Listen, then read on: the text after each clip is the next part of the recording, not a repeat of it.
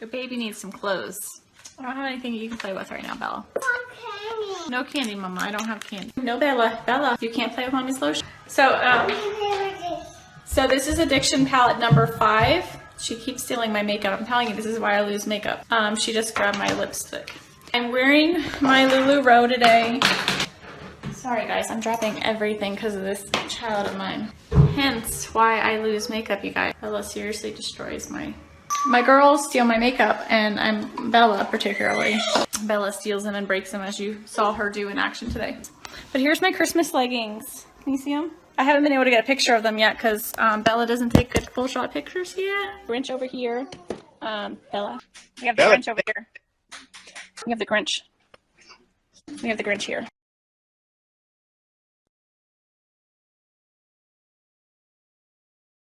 I don't want to be in it. Get lower.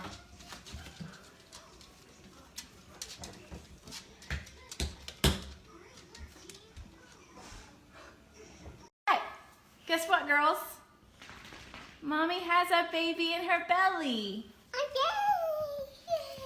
Are you guys excited? Yeah. Yes? Are you really excited? Oh my goodness. Come give me hugs. Oh. Oh. I love you, girls. I got the baby a hug. You want to give the baby a hug? I love you, Bella. You're so sweet. Give me a kiss. Mommy. Mommy. Yes, baby.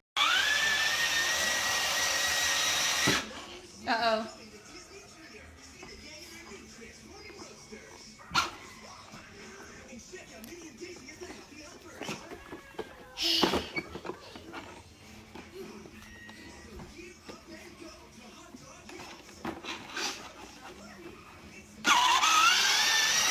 There's a wall, kid.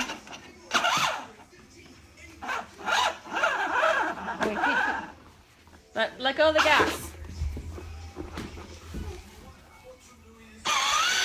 Watch out, Bella.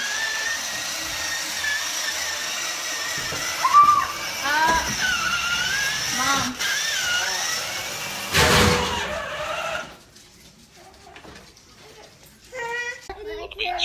I don't want them to really go in the ocean. I mean, Ready, set? Go. Ready, set? Go. The pool opens in 2 weeks, too. what's the degrees today? 85, last I checked. 120. Wow. No, Cece. Yeah. Cece, get girl. Oh gosh. Oh my gosh, are you kidding? She can climb that fence.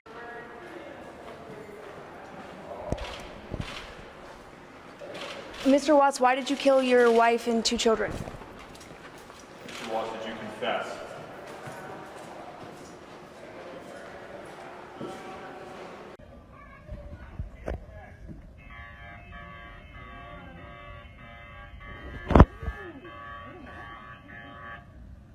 Can't run.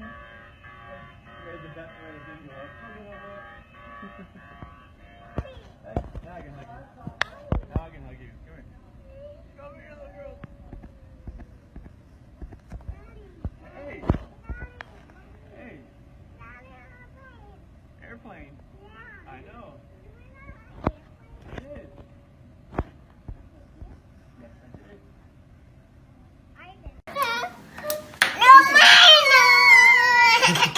Girls. Oh, Cece Girls. Bella. Okay, you want chocolate? No chocolate? Pocket. If you want chocolate, you just get this bowl. You want this one, bigger one? We're gonna go. I love you too. This is the morning. This is why I love that I thrive. Tell them you love them. You're welcome. We love you. Say love Get your you. candy. Oh yeah, shoot, that's in here. Cece, play patty cake on Daddy's head. Yeah, she's gripping it right now. Cece, play patty cake on Daddy's head. Go whack a daddy. Don't do that, Cece. Don't do it.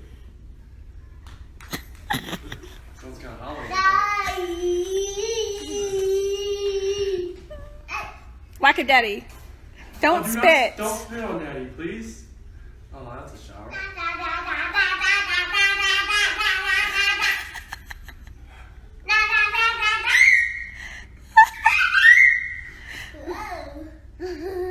Careful, Bella, don't fall, okay?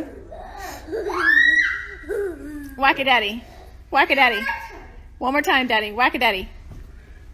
Whack.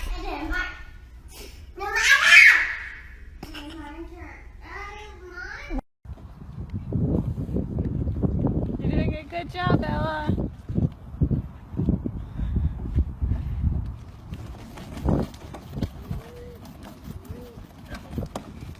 Careful. Hello.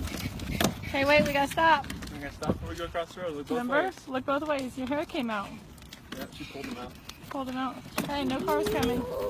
Hi, Cece. Careful. Careful, boo.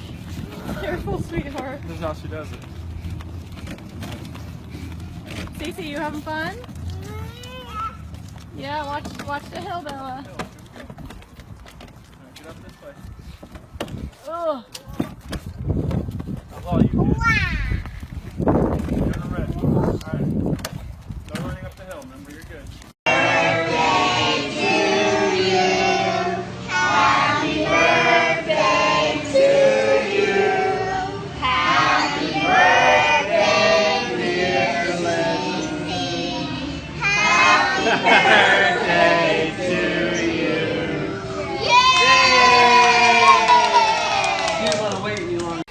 I just want them back. I just want them to come back. And if they're not safe right now, that's what's tearing me apart. Because if they are safe, they're coming back.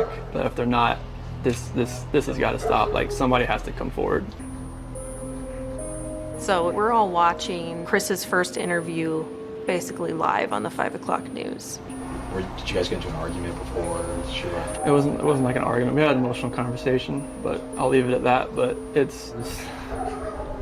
I want everybody to just come home. Like, wherever they're at, come home. That's what I want. Chris talked about how he and his wife had an emotional conversation right before she went missing, which I thought was strange, that you would talk about that on the news.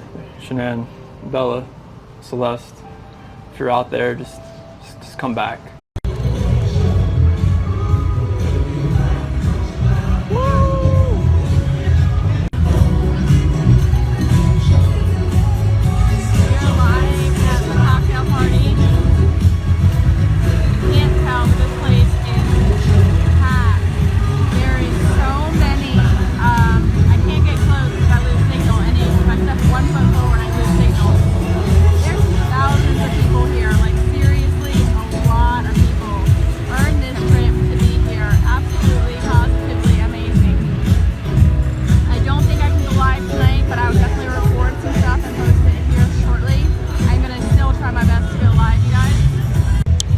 Everyone needs to deserve this.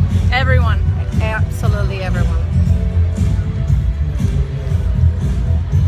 Tell them how much fun it is. It's amazing. This place is nuts. It is phenomenal. We're gonna go have some fun.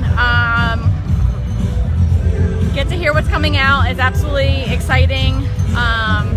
We're super excited. We'll be back here live shortly, guys. Love ya.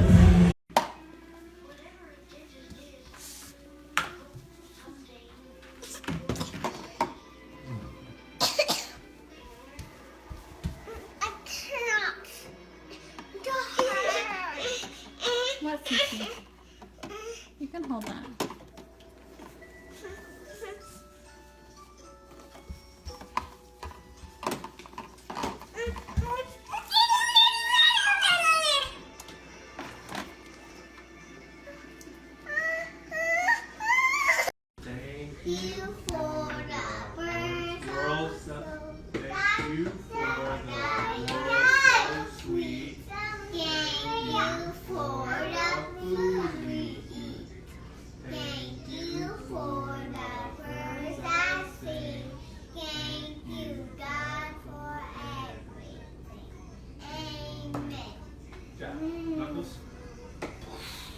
I could objectively say that this is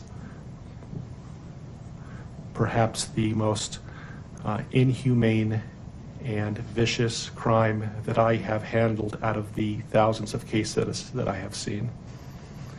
And nothing less than a maximum sentence would be appropriate, and anything less than the maximum sentence would depreciate the seriousness of this offense. Deputies, I would respectfully ask that you take this defendant into custody and have him serve the rest of his life in the Department of Corrections. We are in recess. Chris Watts, WATTS. Wow. What's going on right now around your house? Right now, it's you got K9 units, the sheriff's department. Everybody's like they're doing their best right now to figure out like if they can get a scent, see where they went. If they went on foot, they went in a car, or they went somewhere. And right now, it's just like they've been on point. They're going through the house trying to get a scent, and hopefully they can pick something up to where it's going to lead to something. What happened? Your wife came home. Tell me what's. She came home from the airport 2 a.m. and I left around 5:15. She was still here, and like about 12:10 in that afternoon, her friend Nicole showed up at the door. Like I had texted Shanann a few times that day, called her, say but she never got back to me. But she wasn't getting back to any of her people as well, and that's what really concerned a lot of people. Is like if she's not getting back to her, like if she doesn't get back to me, that's fine. Like she gets busy during the day, but she didn't get back to her people, which was very concerning. And Nicole called me when she was at the door, and that's when I came home, and then walked in the house, and nothing was vanished. Nothing was here. I mean, she wasn't here. The kids weren't here. Nobody was here. What's your wife's name? Shanann, SHANANN. What's your kids? Bella and Celeste. How do you spell Celeste? CELESTE. How old are your daughters? 4, Bella's 4, Celeste is 3. And so, how many times did you try calling her? I called her 3 times, texted her about 3 times just to say, what's going on. Like because after I called her and texted her once, it's like maybe she was just busy. Like she had just gotten back. Like everybody's probably calling her from her trip. She just got back from Arizona, and I figured she was just busy. But when her friend showed up, that's what it was like. It registered like, all right, this isn't right. Do you think she just took off? Do you think? I mean, right now I don't even want to just like throw anything out there. Like I hope that she's somewhere safe right now and with the kids. But I mean, could she just taken off? I don't know. But if somebody has her and they're not safe, like I want them back now. Like that's what's in my head. Like if they're safe right now, they're gonna come back. But if they're not safe right now, that's the not knowing part. Like if they're not safe, last night I had every light in the house on. I was hoping that I would just ran over by the kids running in the door and just like barrel rushing me, but it didn't happen. And it was just a traumatic night trying to be here. I'm gonna ask some kind of tough questions.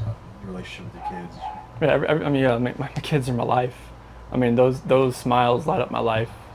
And just like, I mean, last night, like during when they usually eat dinner, it was just like I missed them. Like, I mean, I missed telling them, hey, you got to eat that, or you're not gonna get your dessert. Just like you're not gonna get your snack afterward. I missed that. Like I missed them. cuddle up on their couches. They have like a Minnie Mouse couch and a Sophia couch that they cuddle up on and watch, Bubble Guppies or something. And it was just like, it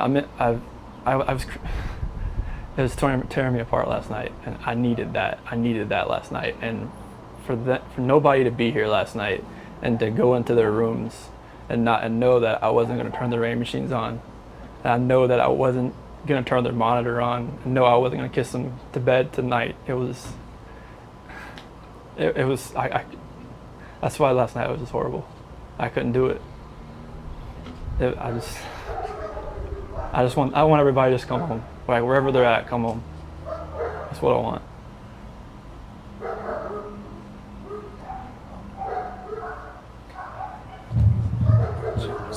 Where was she gone for? She was on She came back Sunday. You said at 2 at night. Yeah, because her flight got delayed from Arizona because of like other storms around the nation. So she's supposed to get home like 11. She got home at like 1:48. She got in bed about 2. What was she going for? Like family trip or what? It was a Thrive direct sales. It was a local event that was down there between a bunch of leaders in the company. And that day she was back. I left work early that morning, like 5:15, 5:30. So like she barely got into bed pretty much. And this might be a tough question, but did you guys get into an argument before she left? It wasn't like an argument. We had an emotional conversation, but I'll leave it at that. But I just want them back. I just want them to come back. And if they're not safe right now, that's what's tearing me apart. Because if they are safe, they're coming back. But if they're not, this has got to stop. Like somebody has to come forward. You spoken to her family, like her parents? Yeah, they've been in constant contact, like every hour. Everybody back in North Carolina and the East Coast. From Maine to Florida. What is her parents saying to you? They're just like if they need to get on a flight, just let them know. Because they feel helpless right now because they're on the opposite side of the country. Colorado is. You can't just drive around and look. It's just like you wouldn't really know what you're looking for. That's what the cops pretty much told me. That first day, I was like, I want to get out and drive around. They said, you wouldn't know what to look for. Last couple of questions. What does law enforcement, what have the police or the sheriffs or your neighbors, what's police saying to you? Right now, what they're doing right now is with the canines in the sense. I think this is the biggest thing. This is the biggest thing they've done so far because yesterday the Frederick Police Department did all the searching of the house and tried to gather whatever information they could. And with the detectives, officers, and sergeants, and today it's, obviously with all the activity that's around, there's a lot going on around here, and I really hope that all this can lead to something positive. What did your neighbors, did they see anything? Did your neighbors see anything? No, like the police department went door to door asking, like cameras and everything, just like nothing. And my last question, if you have any of them, so feel free to step in. My last question is, if your wife can see this, if she can watch these, what would you like to tell your wife and your kids? Shanann, Bella, Celeste, if you're out there, just come back. Like if somebody has her, just please bring her back. I need to see everybody. I need to see everybody again. This house is not complete without anybody here.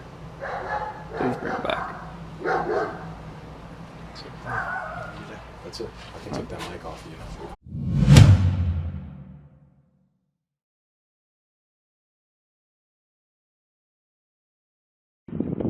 Hi, sir. Good. I'm Officer James Frederick, PD. What's your name?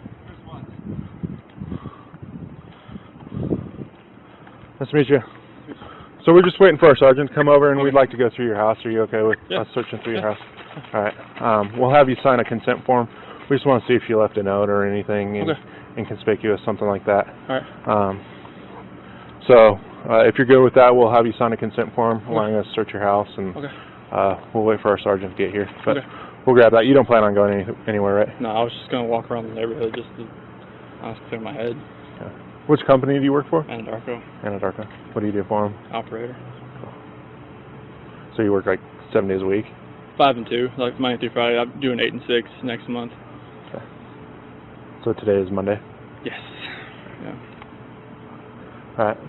Let us grab that form, and then we'll wait for our supervisor, and then you can either stay here or you can go walk the neighborhood, whatever you'd like. But we look through it. All right. Let's go grab that form. We'll be right back with you, okay? You have to stay here? Yeah, that's fine. Okay. You got one? I think so.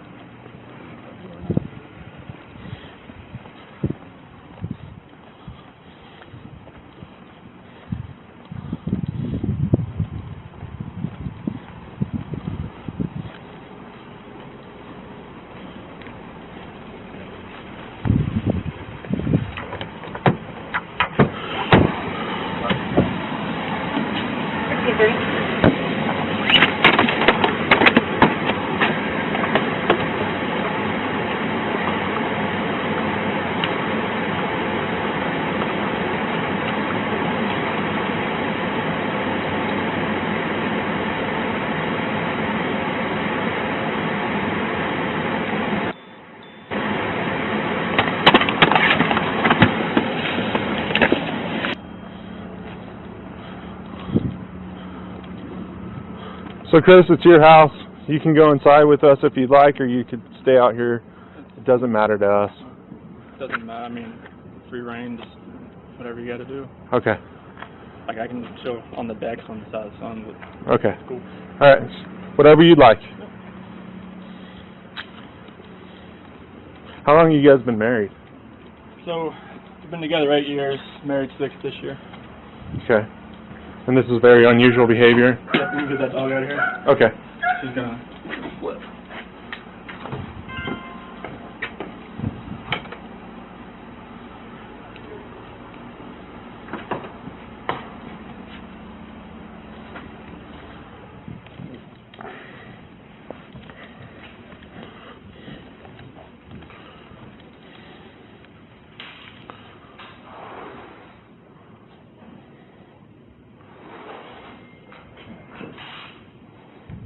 On the counter there. Okay. So when you guys come home, do you usually use the front door or the garage door? How do you guys? I usually open the garage door, come in. Okay. She's front or garage. It just kind of depends. Okay. Is that a ring out there? Oh, that was. No, the doorbell, is that a ring doorbell? Yeah, like when you got a visitor, it does. But I don't think the speaker is on to where you hear it. Like by. Okay. I guess my question for you is, would it show her leaving with the kids? Did you have any alerts? If she came out here, yes. Like if. Did you have any alerts today with that? Just when her friends were here. Does it only record when the doorbell rings, or anytime someone? If you're like right here, it should just start. The proximity should hit up. Okay. And if you had anything on that today? Just her friends. And what time was that? 12:10 and about 10 minutes afternoon. Okay. But nothing between the time when she got here. No, morning. like she got here at 2. Only thing this morning? 2 o'clock this morning. Okay. Like 1:48 on here. And the only thing that was weird was that the garage door said is left open after I left. And it might have been the sensor, but like my phone doesn't show when For your alarm? Yeah, it doesn't show if it shuts. And who's your alarm through? Vivian. Okay. But Nikki, her friend that came here about 12:10, she said the garage door was shut when she got here. Okay. That was the only thing that was weird. All right. Were you going to hang out there, or you want to come in here? I'll start here. Okay.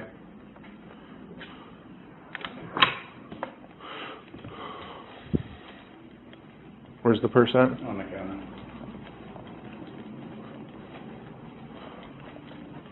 I'm still recording, so. Yep.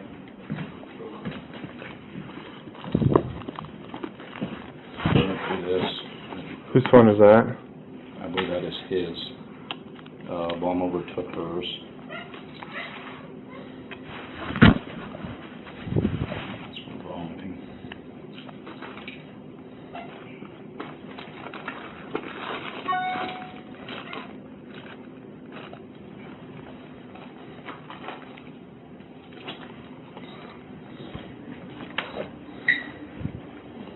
Is that a diary, or what is that? It's for work, I believe. I was thinking it was possibly a diary, but it's talking about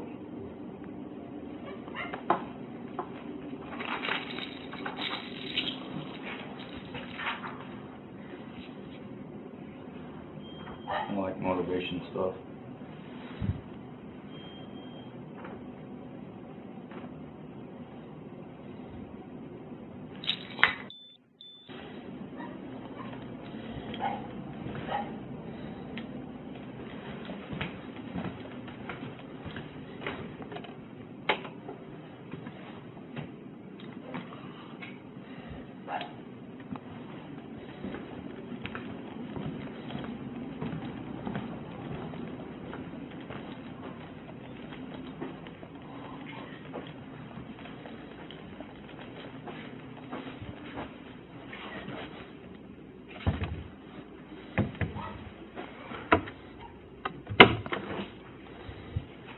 How did you say the kids were?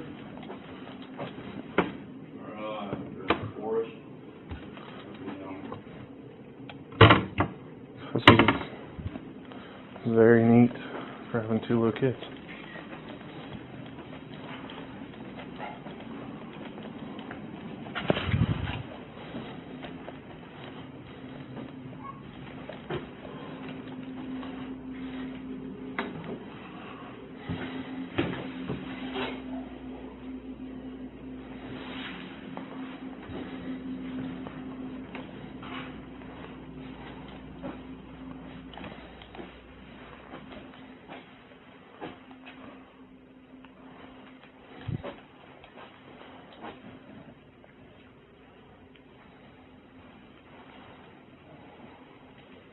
Who's got asthma?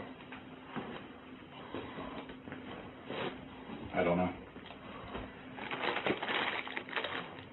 Kids need medication too, and apparently she didn't take their medication either. Celeste. This is all their medication. That's the Celeste, the kid? Mm-hmm. That's albuterol for a nebulizer.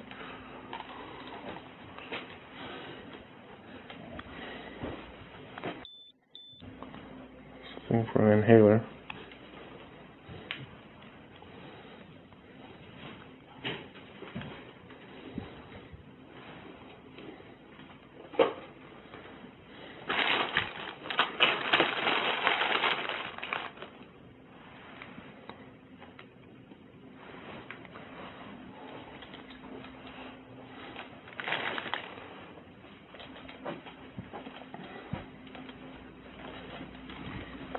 Find an ID? Yeah. We already out here. Nothing in the car. In the basement and everything, me?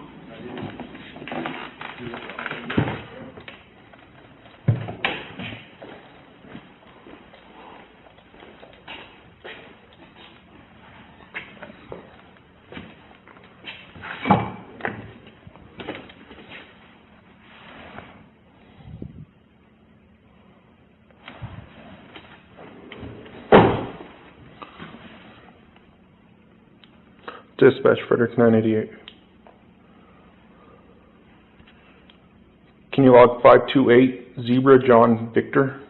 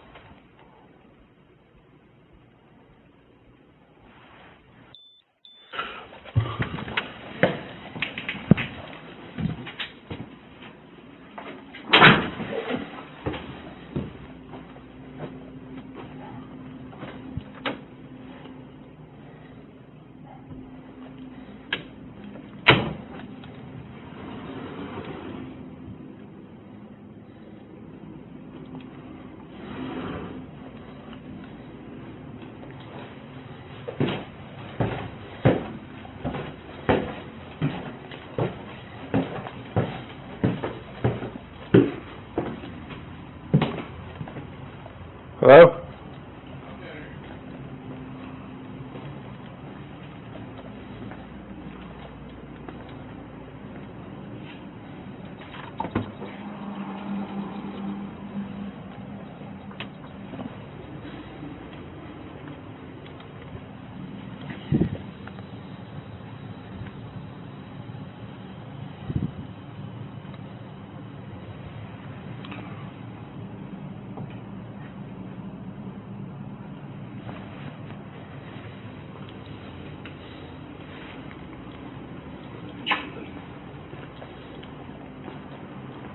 They are really organized people.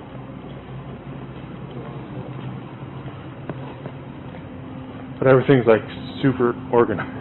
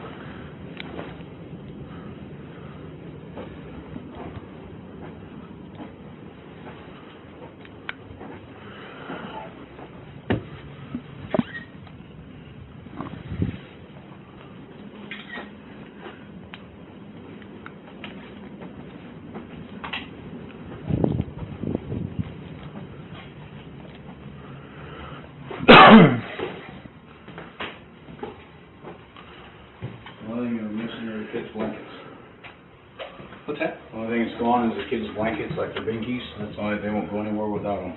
So they are gone? Yep. Car seats are in the car. Keys are in the or on the center console of the car. Her cash, all her ID, everything's still here. Phone's here.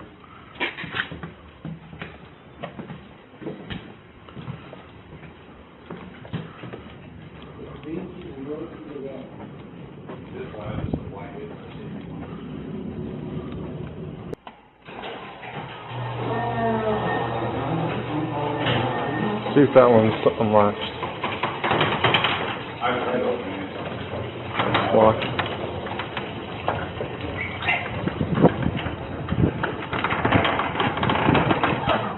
Was it in the car? Just came out the door then? Yeah, press that thing and see how long it takes.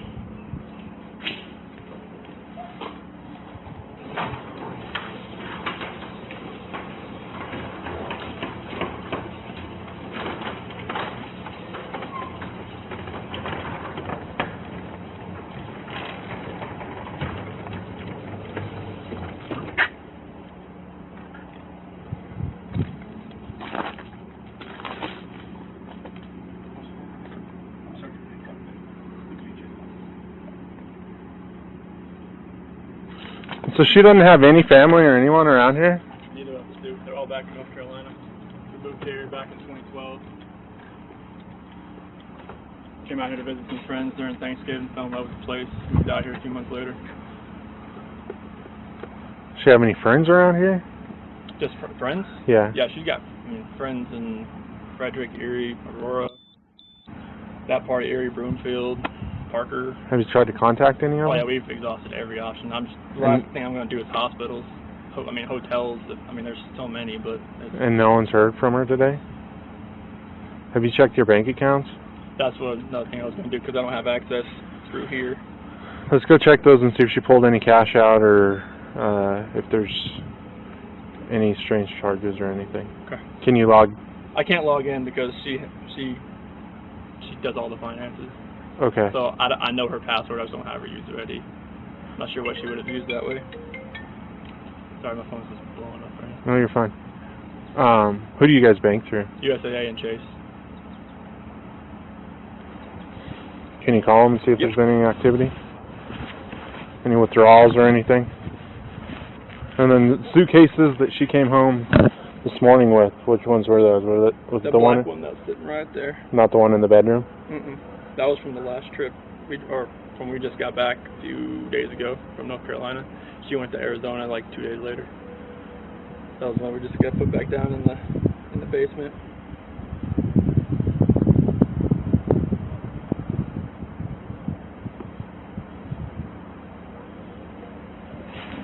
You guys don't have any stockpiles of cash or anything in the house that she would have had? If she needed cash, she needed to go to the bank to get it? If there is, I would not know about it.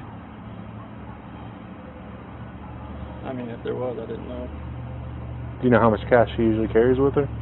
It usually not, maybe like 100.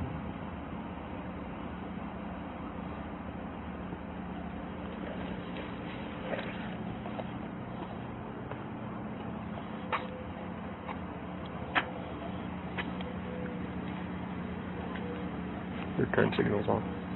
It's been on. Might have to turn and hurry.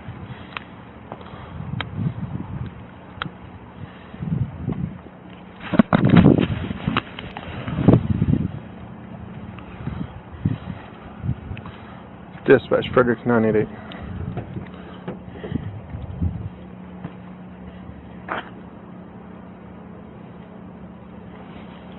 Can you log Queen Frank Tom 682?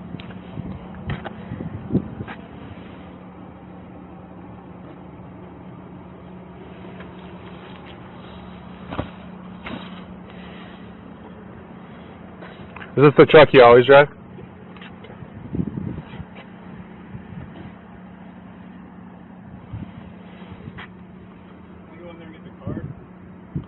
Yeah, you can go in the house, yeah.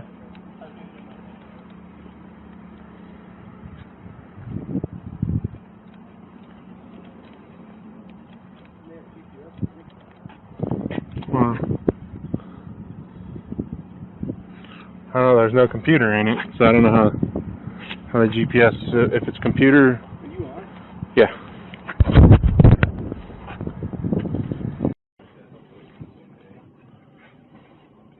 You didn't say what it was for? No, it said Target. And there was a taxi cab limousine purchase posted on the 12th. That was on Chase. It was like $15. It was various kind of big taxi cab limousine service. Does she have a passport? Yeah, I'm not sure where that is. I'm not sure where she keeps that one. Kids have passports? No, they're old enough. How old are they? 4 and 3. Yeah, they're on. Oh, they? Oh, no, they haven't traveled anywhere other countries. You got a passport for all of them. Oh, okay. So that taxi cab service, did you guys use anything like that? Because that might be Uber.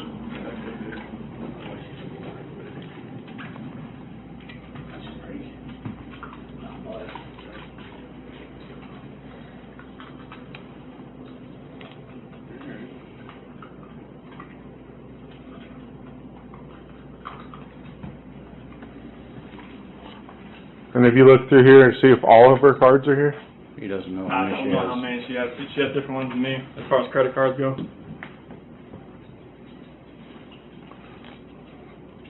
Like we have the same debit cards, the same account, but like These are your debit cards? yeah, those are the same account. I got a picture of all of them.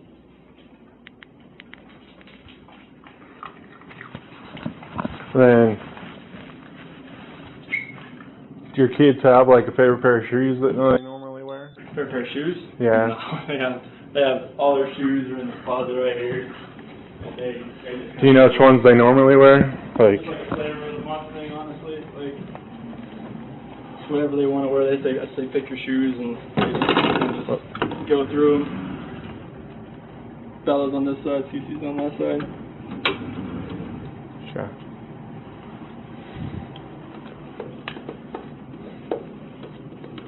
Do your kids take any medication? Cece takes Singular and Omeprazole. How often? Singular is every night for allergies, and Omeprazole for the kind of for like the acid reflux. Is one of them on inhalers? They haven't done it since they got back. I think we might have ran out because the last one I saw had 0 on it, so we hadn't refilled that one yet. From North Carolina? Yep. And when did you guys get back? I think it was, so it would be, I went back to work on the 8th, so we got back on the 7th. Okay. And then she left for Arizona on Friday and got back last night. And she had the kids with her last night? Yes. Or you had the kids? Oh, I had the kids like all weekend. Okay. Yeah. They went to a birthday party yesterday over at a friend's house down the street. And then, is someone sleeping in the basement? I did a few times the separation thing. I just struck. How recently?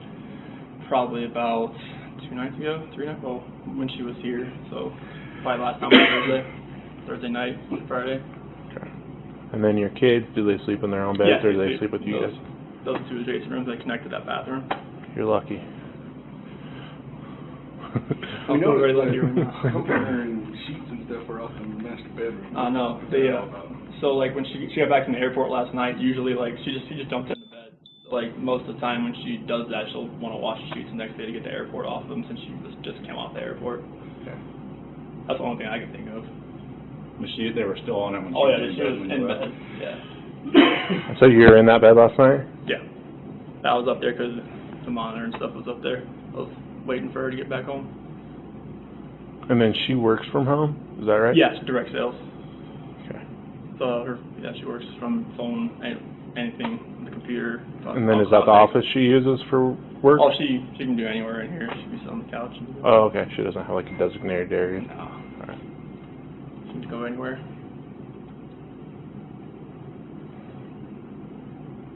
And you can't think of anywhere she'd want to go?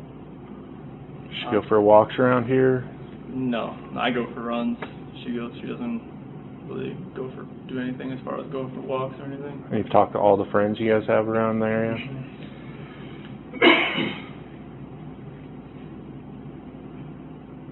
And what was the conversation this morning you guys had?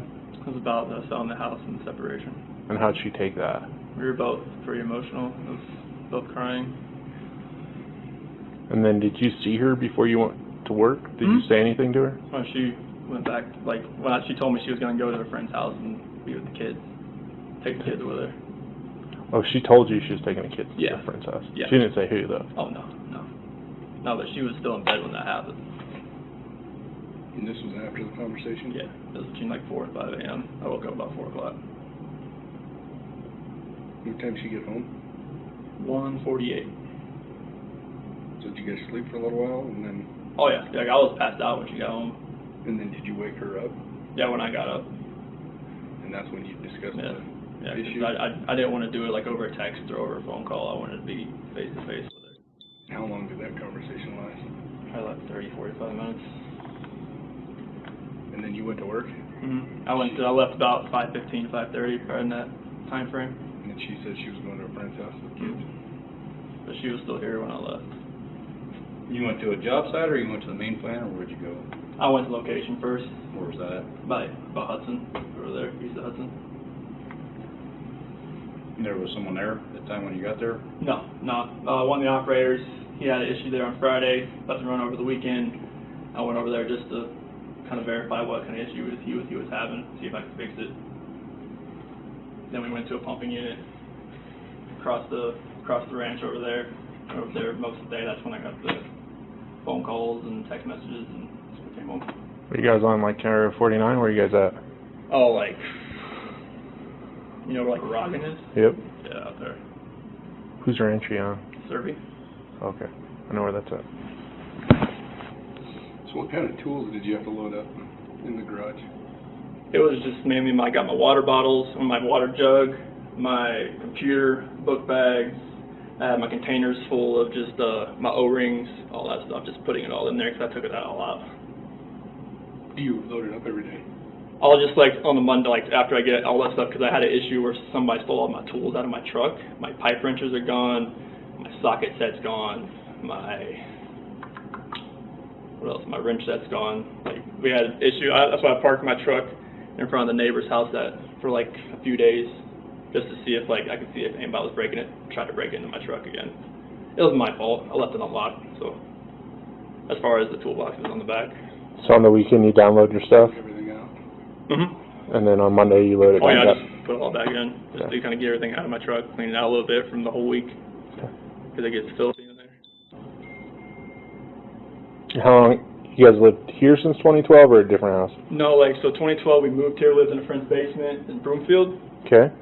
And we closed on this house. It was built 2013 in May, and that's when we moved in there. Okay.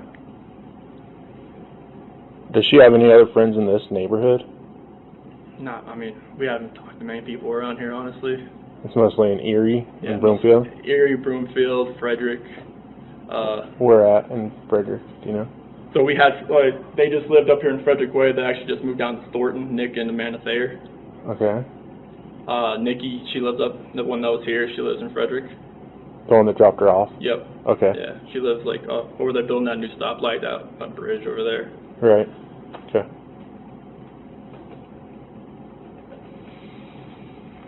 And you have no idea of which friend? Do all your friends pretty much have kids the same age? So it's hard to... It's really hard. I mean, I've exhausted every option I know of as far as friends goes. Like, Nikki knew more of them because she's a woman. And that's about as far as we could go, as far as all the friends that we could think of. All right. So if you talk to some of her friends, tell them that we're looking for her, and we just need to make sure that she's okay.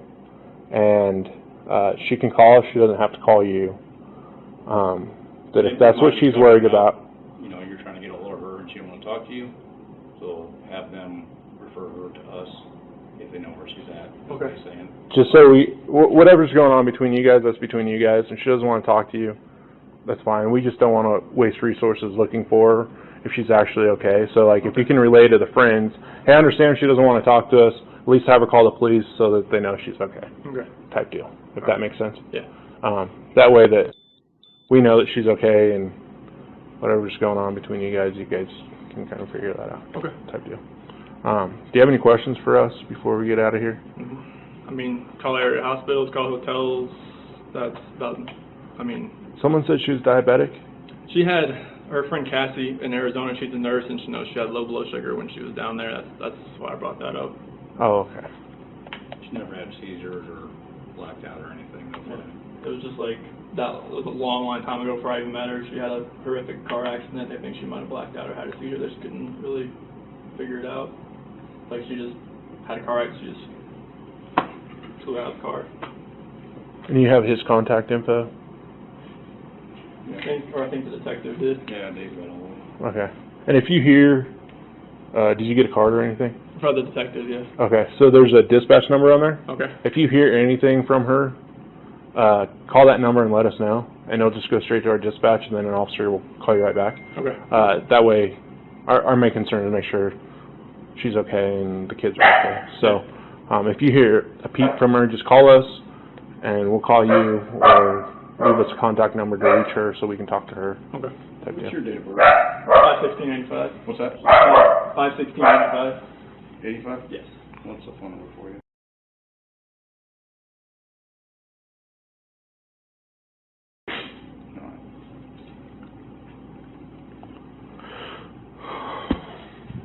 Do you want my card or anything? I'll take it. Okay. And I'll just underline that number.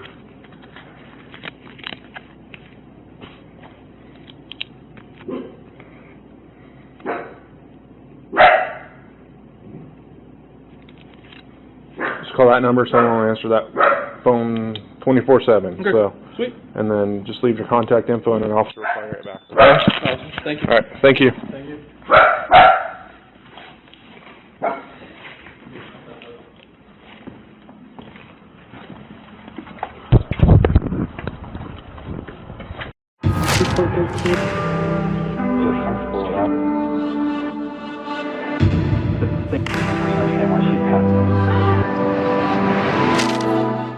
Just wait. Hi guys, say hi Bella. We gotta get you dressed, kid. I Look know, what Bella's right? eating. Bella's eating some of the ingredients. She got a nice little bowl of chocolate chips. Look at that. What is that, Bella? Can you show them? What is it? Is it chocolate? Is it chocolate? It's chocolate little mini morsels, right? Yeah, good job. So she's been eating my peanut butter and the chocolate morsels so far today. So we're gonna let a few more people hop on, and then we're gonna get cooking here, and we'll explain to you what we're cooking up over here. So Yeah, welcome to the 12 days of Christmas, Lavelle Day, and even though I like to claim that I could probably cook, I can't at all. So I'm gonna let my wife do all the cooking. She's gonna make up some Thrive Bites for us. and I'm gonna go wash my hands real fast. Uh-oh. She's gonna leave me here alone. Oh, we got some people joining. Bella, look. Got people looking at us. Say hi. Wife's gonna be making up some Thrive Bites here in a second, so make sure you hop on and join us for the 12 days of Christmas. Bella's got some chocolate chips. I need a Lavelle apron. They All probably right, make guys. Hey, Michelle. Hey, Amanda.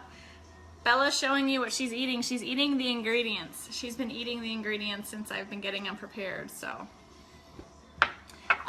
we're gonna make Thrive Bites today. Chris didn't want to go on live doing it because he didn't want to mess anything up. Not that you can mess anything up with Thrive Bites. It's so simple. Except for today, we're gonna double the recipe because we love the Thrive Bites. When you are craving something to eat, or junk food or whatever, you just pop a Thrive Bite and it fills you up, and it's really delicious. Thrive Bites, right? Good job, Bella. My little helper right here. Thrive Bites. So today, I will post in the feed the Thrive Bites. Bella, shh. Will you turn it down for me, please? So I'm going to post in the thread here today on how to make Thrive Bites and the recipe. So basically it calls for 1 packet of your lifestyle mix. Now you can use any flavor. I'm going to use vanilla here today. And hold on, honey. It calls for a cup of oats, a half a cup of peanut butter. Hi, Bonnie. Hey, Corey. Look at Bella. A half a cup of mini morsels. Now, I'm doubling the recipe, but still want to keep the calories down, so I'm only going to still do a half a cup of mini morsels. It does also, you know, you can add anything into it, like coconut, peanuts, walnuts, whatever you want. It's up to you. You also add a 1/3 cup of honey, a half a cup of ground flaxseed, and a teaspoon of vanilla. I don't know if I mentioned peanut butter, but also half a cup of peanut butter. Again, I'm doubling the recipe, so everything I'm doing here today is going to be double. Hey, Madison. Take care of my dad while he's there with you this week. All right, guys. Sorry. So first, I'm going to add my oats. Exciting. These are so good. We can't keep them in the house. So then I added, the mini morsels.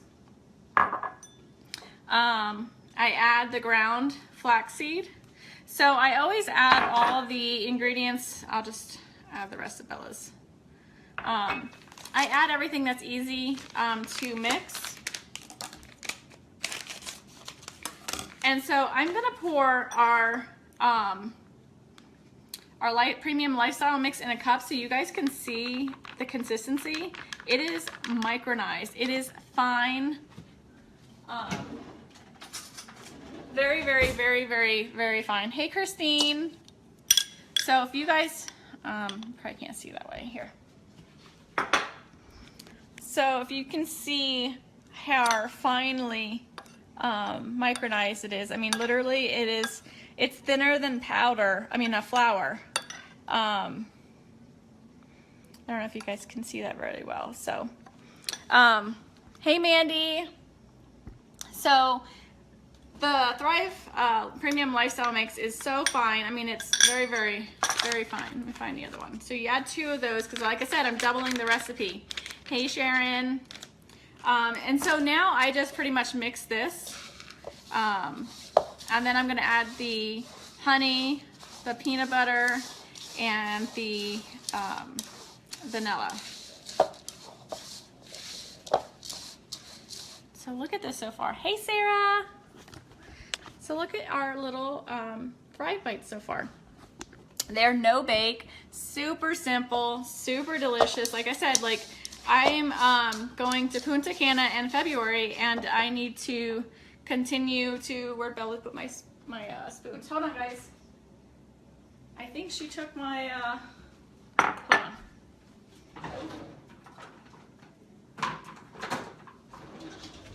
All right, I got 2 more. So if you're like me,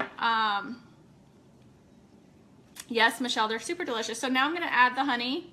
So I'm going to Punta Cana in February, and as much as I want to get into the gym, and I'm working on trying to find the time between work, you know, being a stay-at-home mom with the 2 girls, life and everything, it's really hard to get into. I just added the vanilla, sorry. It's really hard to get myself into the gym as much as I really want to.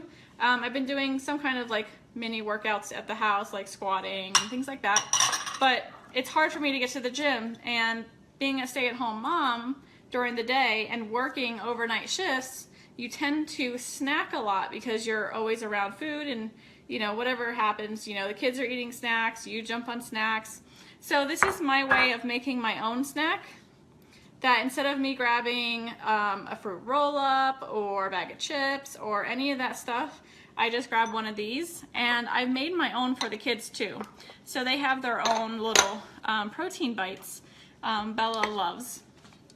So now that all my ingredients are in here, I'm just going to mix it up really good. And as you guys know, messing with peanut butter, it's fun. So, sorry, I don't like a mess when I'm cooking. Not that I'm cooking.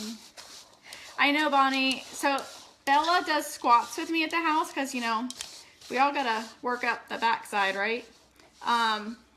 So I am doing squats at the house, and it's super funny because she tries to do them with me. And so here comes Cece, the sumo wrestler, doing squats in my living room because she literally looks like a sumo wrestler when she's doing them.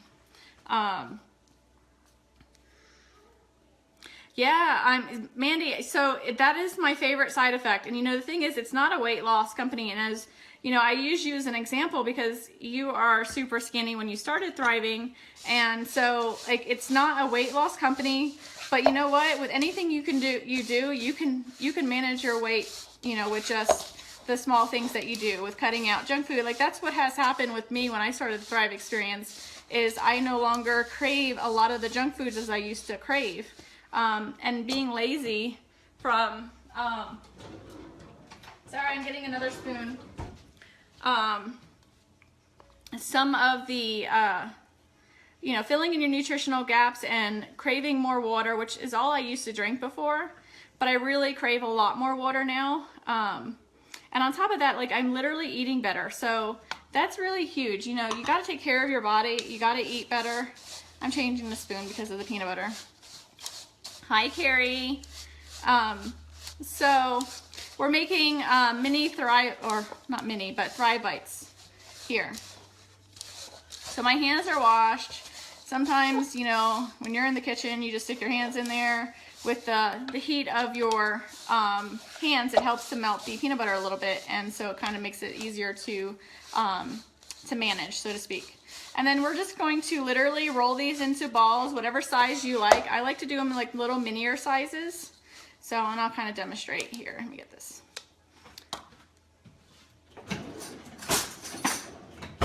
So, get your hands dirty. I take about a teaspoon size.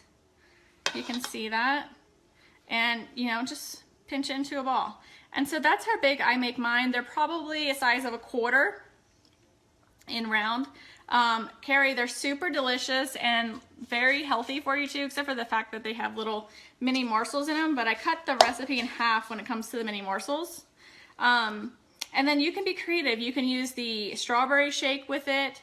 You can use the apple pie and create it into like an apple pie little treat. I love the peanut butter because everyone in this house loves peanut butter and I can never keep it on hand. So it's been really good. Like I said, the girls love them. I don't use the Thrive Lifestyle mix for the girls, but I make them their own little mini bites, so they feel like they're getting a treat with us too. Yes, Mandy. So these are so, like, honestly, they're really good too. But yeah, and you can do whatever you want with them. You can add anything. I'm not a coconut person, so I don't add coconut to mine, but you can add chunky peanut butter. You can add anything, you know, that you want. Stick them in the fridge, let them chill, and then put them in a little container, and then you're good to go. Grab and go. How many spoons are you required? Listen. I use like one sometimes, but like it's sticky, and you know, usually I just use my hands a lot. Of course they're clean, but you know, I'm trying to be, you know, proper, like professional TV cook, you know. I don't qualify though. So, give me 1 second. They're really good. You guys really have to try them. I will post them in the thread here.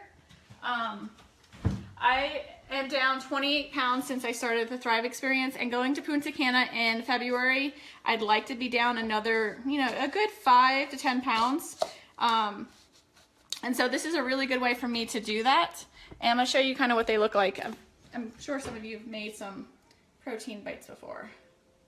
So it's super simple, you guys. Have fun with it. Bella was helping me out, but Chris took her away so she wouldn't talk on the video. Incorporate your kids, like make something for them. Like, and this is super fun. Bella likes to roll these with me, and she does a really good job with it. And it's interaction with your children too at the same time. So that's pretty much it. I'm going to finish making these, and then I'll come back on later and show you what they look like when they're all done, even though they look the same, just a little firmer. So you guys have a great day, and I'll post the ingredients so Michelle, you can go ahead and continue shopping when you're at Walmart today. All right, guys, have a great day. These are great when you have an afternoon slump of work. Yes, so good. And you know, honestly, like I eat them throughout the day, and they're really good snacks for when I work overnights, because when I work overnights, I tend to snack on a bunch of junk food, like things that aren't good for you. And so these have been a really good supplement instead of doing that. So instead of a bag of chips, I'm eating some Thrive Bites. All right, guys, have a great day. Your Honor, there are no words to adequately describe the unimaginable tragedy that brings us before this court today. By my comments, I'm not even going to try to express the horror, the pain, or the suffering that the defendant has caused to these families, to this community, and to all who are a part of this investigation.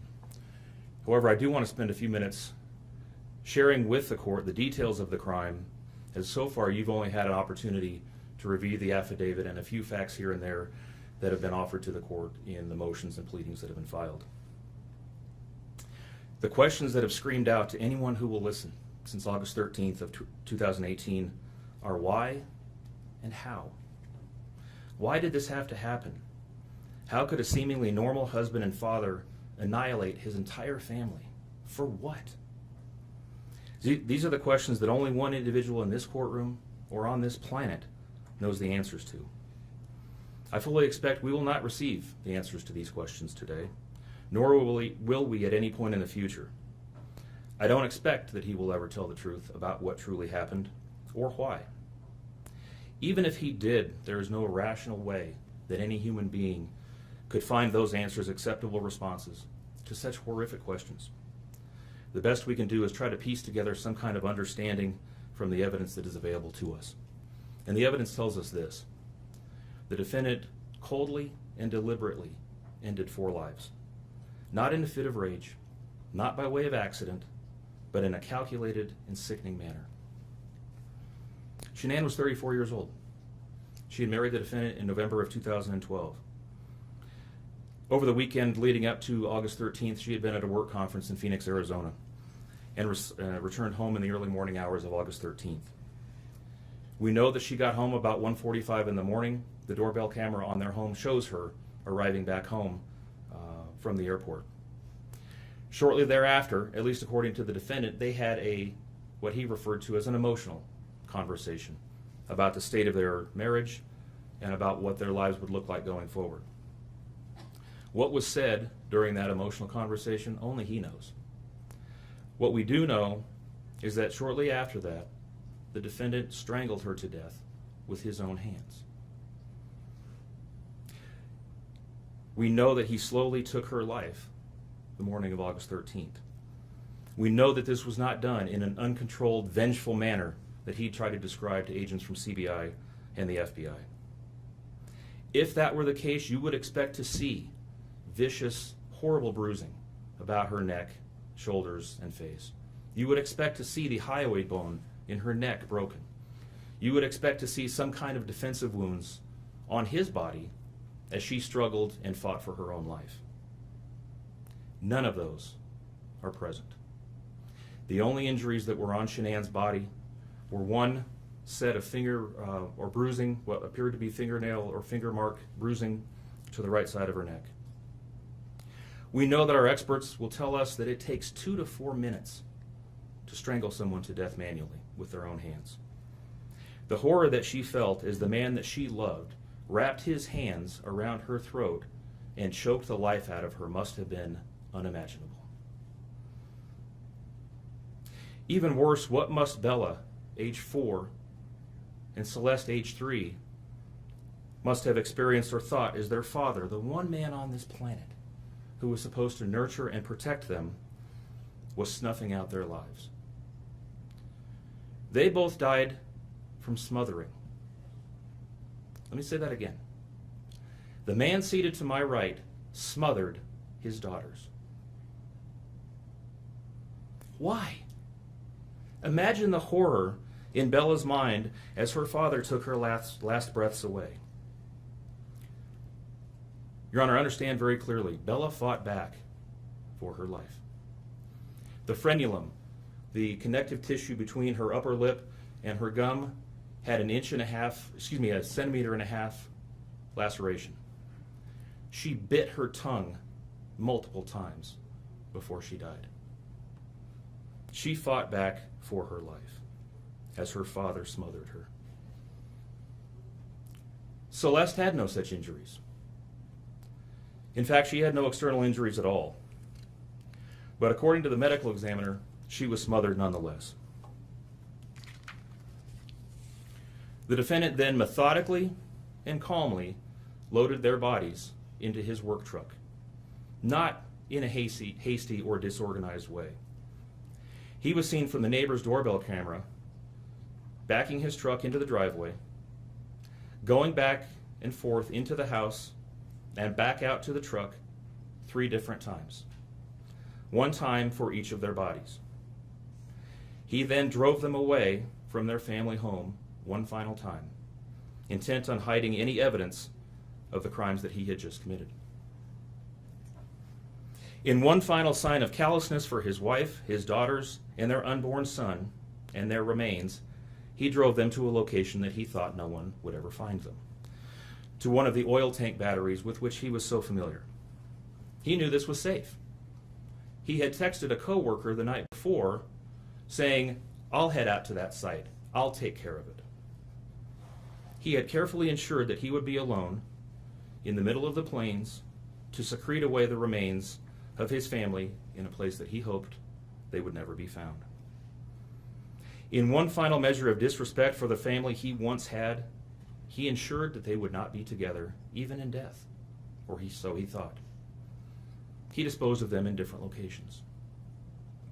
He buried Shanann and Nico in a shallow grave away from the oil tanks. Bella and Celeste were thrown away in the oil tanks at this facility. Different tanks, so these little girls wouldn't be together in death. Imagine this, Your Honor. This defendant took those little girls and put them through a hatch at the top of an oil tank, 8 inches in diameter. Bella had scratches on her left buttocks from being shoved through this hole. A tuft of blonde hair was found on the edge of one of these hatches. The defendant told investigators that Bella's tank seemed emptier than CC's because of the sound that the splashes made. These were his daughters. Significantly, when his coworkers arrived at the tank battery later that morning, to a person, they all described him as acting completely normally. It was a normal workday, even while his daughters sank in the oil and water not far away from him. And then his efforts at deception truly began. We've all seen the emotionless interviews that the defendant gives to the local media, asking for help in locating his family. We watched as he claimed that the house was empty without them, and that he hoped that they were somewhere safe, and that he just wanted them to come home. He told investigators that they were at home sleeping when he left for work that morning, and that Shanann had told him that she was taking the girls to a friend's house for the day. What is striking about this case, Your Honor, beyond the horrors that I've already described to you, is the number of collateral victims that he created by his actions. While he stood in front of TV cameras asking for the safe return of his family, scores of law enforcement officers, neighbors, friends, and family scoured the area, fretted for their safe return. They texted him begging for any information and sending him their best wishes, all the while he hid what he had done. The list of indirect victims does not end there. Think of the firefighters and the Colorado State Patrol hazmat experts who had to don protective suits and who were called upon to pull Bella and Celeste out of those oil tanks. Or the coroner employees who had to conduct these autopsies. Or the victim assistants who frantically attempted to ease the suffering of those affected. All of this, Your Honor, for what? Why? Why did this have to happen? His motive was simple, Your Honor. He had a desire for a fresh start, to begin a relationship with a new love that overpowered all decency and feelings for his wife, his daughters, and unborn son. While Shanann texted the defendant over and over again in the days and weeks leading up to her death, attempting to save her marriage, the defendant secreted pictures of his girlfriend into his phone and searched and texted her at all hours of the night. While Shanann sent the defendant self-help and relationship counseling books, one of which, ironically enough, was thrown in the garbage, he was searching the internet for secluded vacation spots to take his new love in researching jewelry. And while Shanann took the girls to visit family in North Carolina, the defendant went to car museums and the sand dunes with his new girlfriend. The stark contrast between the subjects of their internet and text content is absolutely stunning. Even the morning after he killed them and disposed of their bodies, he made several phone calls. One was to the school where the girls were supposed to start, telling the school that the girls would not be coming to school anymore, that they were being unenrolled, presumably to give him some more time before law enforcement notification about them going missing. He contacted a realtor to start discussing the selling of his house, and he texted with his girlfriend about their future. None of this answers the questions of why, however. If he was this happy and wanted a new start, get a divorce. You don't annihilate your family and throw them away like garbage. Why did Nico, Celeste, Bella, and Shanann have to lose their lives in order for him to get what he wanted? Your Honor, justice demands the maximum sentence under the agreement reached by the parties. As you will recall, the agreement calls for life sentences as to Shanann, Bella, and Celeste, and all of those to run consecutively to one another. It also calls for the count of unlawful termination of a pregnancy as to Nico to run consecutively to counts 1, 2, and 3. I would suggest that the extreme aggravation present in the defendant's conduct and in the efforts that I have described mandate that the sentences for counts 7, 8, and 9, the tampering with a deceased human body, each be the maximum of 12 years, and that those sentences run consecutively to one another.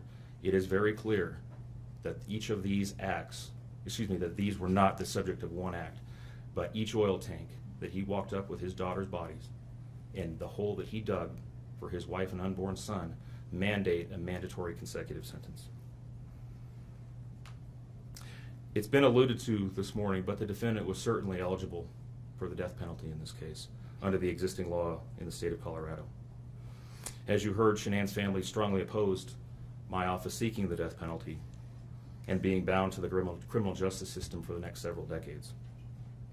That's in large part, as you've heard, why we have reached the agreement that we have. 4 lives were lost at the hands of the defendant on August 13th for reasons that we will never fully understand, nor will we know. In the end, the Rusick family was much more merciful towards him than he was towards his wife, his daughters, and his unborn son. Prison for the remainder of his life is exactly where he belongs for murdering his entire family. Thank you. Are you seeking 91 days to file a request for restitution? I am, Your Honor, please. I'll grant that request. This matter comes on for a first appearance. Mr. Rohr, correct me if I'm wrong, that formal charges have not been filed yet? That's correct, Your Honor. The defendant was arrested. Formal charges have not been filed. On my calculation, I believe it will be due to the court at 3:30 on Monday afternoon. Thank you. Mr. Mercer, anything you would like to say about that? Not regarding that issue, thank you. So the court has reviewed an affidavit in support of a warrantless arrest. The court has found probable cause for the arrest. Specifically, I see that Mr. Watts was arrested for 3 counts of first-degree murder, each a Class 1 felony, and 3 counts of tampering with a deceased human body, each a Class 3 felony. Again, these are only charges that are named in the affidavit in support of the warrantless arrest. It's the district attorney's office who will ultimately decide what charges, if any, are going to be filed. And Mr. Mercer, would you like me to advise your client of his right pursuant to Rule 5? Yes, please. Thank you. So, Mr. Watts, I would like you to listen carefully to the rights that you have, okay? Thank you. And so first, you don't need to make any statements. Any statements you make can and may be used against you. Do you understand? Yes. You have the right to counsel. Do you understand? Yes, sir.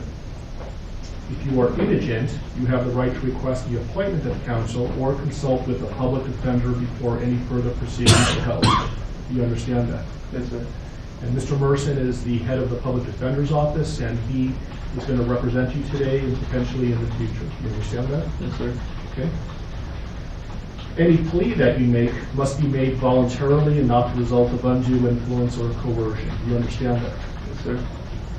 Right now, charges have not been filed, so this is a limited advisement. I intend to bring you back next week once formal charges are filed on Monday, so I can give you a full advisement. But I will tell you that at this point, the court is not authorizing any bail. Once I know what the official charges are that are filed by the district attorney's office, I'll inform you the nature of the charges.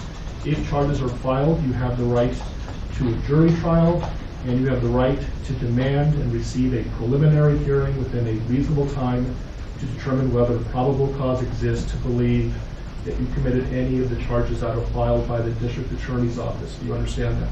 Yes, sir. I believe that your lawyer has filed about 16 or so motions on your behalf, including a request for a preliminary hearing. Do you agree, Mr. Merson, that that time period, that 35 days to have a preliminary hearing, doesn't begin until your client appears in court next week once formal charges are filed? I agree. And I have not seen, correct me if I'm wrong, a proof positive, presumptive great written motion by your office. Not at this point, Judge. Okay. Okay. And so would you like me to further advise your client of any additional rights? No, thank you. Mr. Rourke, what kind of conditions, if any, are you requesting for the protection order given the circumstances? Judge, I'm going to defer to Mr. Wren. Mr. Wren? People are simply asking for the standard protection order under Title 18 at this point, given the deceased nature of the victims. And I assume based on the no bond hold, the issue of possessing or having access to or control over a firearm or any ammunition is a non-issue until and if bond is authorized. That's correct. Thank you. So, Mr. Watts, I am going to issue a protection order pursuant to Colorado Revised Statutes 18-1-1001. It's going to state that you not harass, molest, intimidate, retaliate against any witness involved in this case. Do you understand that? Yes, sir. If you were to violate the mandatory protection order, it's a Class 1 misdemeanor. Do you understand that? Yes, sir. And could we talk about some of them? I realize that things are happening very quickly. Motions were filed today. There hasn't been a lot of time to object or to file responses. Mr. Merson has filed a number of motions, some of which potentially may be time sensitive. My intention is for the parties to come back to court next Tuesday so I could advise Mr. Watts of his formal charges that are filed no later than 3:30 on Monday. So I'm not sure if I'm going to be requiring the prosecutor to file a response between now and Tuesday, or whether we can resolve some of these issues now. For example, the preservation of certain evidence, like police notes, handwritten notes, like touch DNA evidence, things of that nature. Your Honor, I think we can address some of these pretty quickly, but certainly not all of them. We would be asking for time to file a written response to some of them. Yeah, I'm just concerned about the time that elapses between now and Tuesday, and I want to make sure that the evidence that's being requested to be preserved is preserved. Understood. So, for example, can you, any objection for me to order that all law enforcement, both state and federal, that were involved in this case, preserve their handwritten notes? Any objection to that? No. So I will grant that request. Did you read Mr. Merson's motion with regard to touch DNA? I believe that was filed under seal, and I have not seen it. It was suppressed, so they should have had access to it. Gail, Christy, could you print out a copy for Mr. Wren? Again, I appreciate the fact that this happened very quickly, and so let me get you a copy of that, a hard copy of that, and then you can review it and let me know what your thoughts are.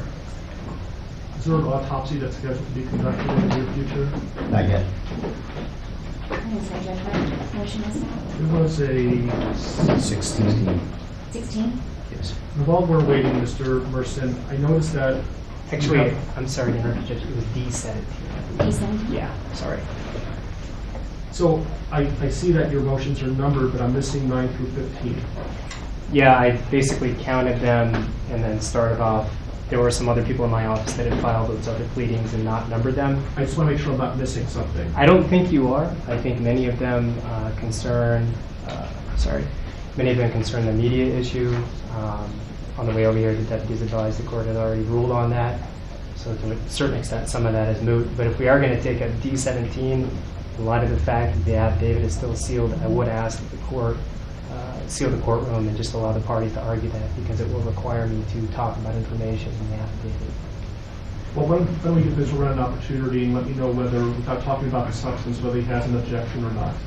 It's really more putting the prosecution on notice than anything else. Why don't you read it first and let me know what you think.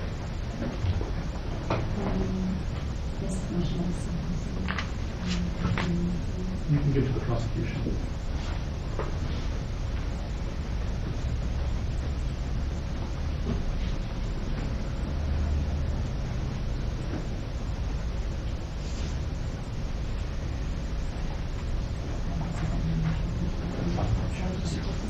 Steve. Extra. I might. It was one of the. So, I did add the house to this, so the D-17 will have the house on it as well. And that's the gist of it. At this point, I'm concerned about whether or not it's not. It's been released by law enforcement. Okay. When was that? Late last night. Okay. All right. And I guess that part of the motion would be voted this morning. Mostly concerns what's in this motion. So, okay. If I could take a moment to read. Yes.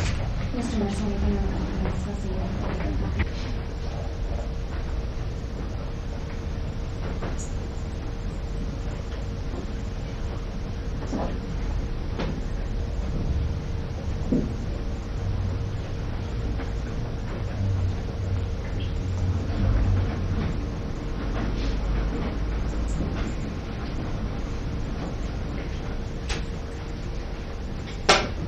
Mr. Ring. Thank you. I'm okay with continuing it. I just don't want there to be any time-sensitive issues between now and next Tuesday that we should have handled today. I think we need to address it today. As I indicated, Judge, at this point, there's not an autopsy scheduled or autopsies. I don't know when that might happen. I don't know if it would happen before Tuesday or not. With respect to this motion, and does the court want to address Mr. Mercer's concerns about clearing the courtroom, given the sealed nature of this, or may I speak for you? Well, it was I think it's based on the sealing of the affidavit in support of the warrantless arrest, and so it was your motion to seal. So if you think the reasons why you requested the affidavit to be sealed are going to be compromised, we could do this in camera. If you believe it's not, then we can talk about it publicly. I'm not worried about the compromising nature of the affidavit. I will tell the court and make a record that the prosecution has provided Mr. Mercer with a copy of the affidavit, despite the fact that it was sealed to the public. I am concerned about this being discussed in a non-in-camera setting. My concerns revolve around the issues I brought up and the objections to expanded media coverage. It's an ongoing investigation at this point. I have concerns about, what would be discussed and how that would implicate Mr. Watts' right to a fair trial and his due process right. So my request is that the court seal the courtroom so we can discuss this. Mr. Wren? Move that to the discretion of the court. It seems to me, based on everything I've heard, that the affidavit is going to be released at some point. It was the prosecution who requested the sealing of the affidavit. They're not concerned about this being compromised, the investigation being compromised. And so I think we can talk about this publicly. Mr. Wren? And when you say talk about this, are we still talking about yes. D-17, yes. Which was also filed under seal? Yes. So with respect to paragraph number 3, Judge, our concerns relate to the way this is worded. As the court knows, the pathologist goes through a very extensive process when conducting an autopsy, much of which is governed by statute. I think most of what he's asking for is standard procedure for an autopsy conducted in this jurisdiction and would be done. However, I have concerns about the way this is phrased in that it orders collection of trace DNA and touch DNA from certain areas of bodies that at this point we don't even have, frankly. Second, we don't know if that trace DNA is going to even exist if we have the bodies. So there's no way to order us to find something that may or may not exist. I think when I read the motion, it essentially is putting the prosecution on notice that at some point they may be in possession of exculpatory evidence, and it's their duty to make reasonable efforts to preserve that and ultimately provide that to the defense. And so I think they're on notice by the mere fact that we're talking about this, that Mr. Wren got a copy of the motion, and if this becomes an issue later on, we can litigate this, and there's some pretty significant sanctions for the destruction of exculpatory evidence. Okay, so that will be the ruling of the court. Your Honor, may I ask one clarifying question? Because the way that the motion is titled talks about the collection of touch or trace DNA at 2825 Saratoga Trail as well as during the autopsy, but the body of the motion does not. I want to make sure that Mr. Merson is aware that the home where the homicides were alleged to have occurred has been released by law enforcement, was released as of about midnight last night. So even as we stand today, we are not in a position to be able to go back in and collect trace DNA from that home. So I just want to make clear that the ruling of the court does not require us to do anything affirmative with respect to the home. And Mr. Wren advised me that the government is no longer in control of the home, so I'm aware of that. Thank you. Thank you. Thank you. With regard to the motion for protective order, essentially for nobody to speak to Mr. Watts other than his attorneys and investigators and support staff, I'm assuming there's no objection to that? Correct. You'll put law enforcement on notice on that issue? Yes. Okay. Any other time-sensitive issues that cannot wait until next Tuesday? Nothing from the people. Mr. Merson? May I just have 1 second? Sure.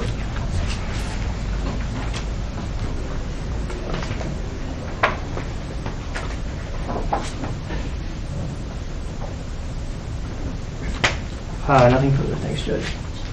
Okay, and I would just respectfully ask that if you file anything between now and next Tuesday, certainly into the future, if you could advise your office of this, if there's more than one lawyer working on it. Please number every pleading that's filed, and for the prosecution as well, maybe you can use letters. And that way I know that I'm not missing something. That would be wonderful. Yes. Okay, so we'll see. Let's pick a time next Tuesday. I know everybody's really busy. I just had some time open up.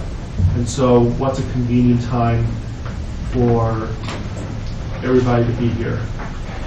I'm also going to be asking if there's victim rights compliance today and see if there's a more convenient time for whoever the victim rights representative is.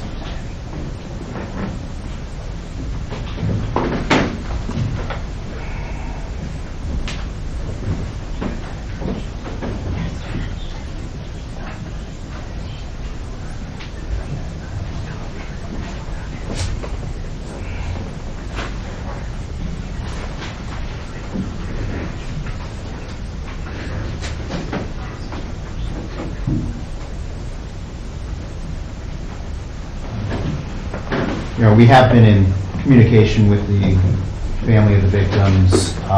We are in VRA compliance with that, based on that effort. At this point, we don't have any specific times that are good or bad for the family, but we will certainly contact them as soon as we leave and clarify their availability for next Tuesday. How about the attorneys? What's a good time for you to be here on Tuesday? Anytime, Judge. I'll make it work.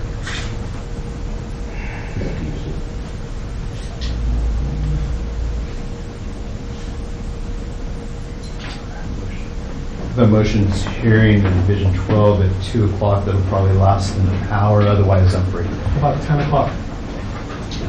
That's fine. Okay. So the plan is next Tuesday, 10 o'clock, we're going to know whether the prosecution filed formal charges or not, and the deadline for that would be Monday at 3:30. I will give Mr. Watts a more detailed advisement. and then we'll decide what the next step is going to be. Does that work for everybody? Yeah, one more thing. Yes. I would just ask the court order that the prosecution give the defense notice as to if an autopsy is to be scheduled, when that is scheduled, so that we can file the appropriate motions. I think you can appreciate why we would want notice of that. Yes. Any objection to that? Not as to the notice issue. Yeah, I'm not going to be ordering that they, at this point, I'm not ordering that they be allowed to be present during the autopsy. Why don't we say 48 hours notice? Is that reasonable?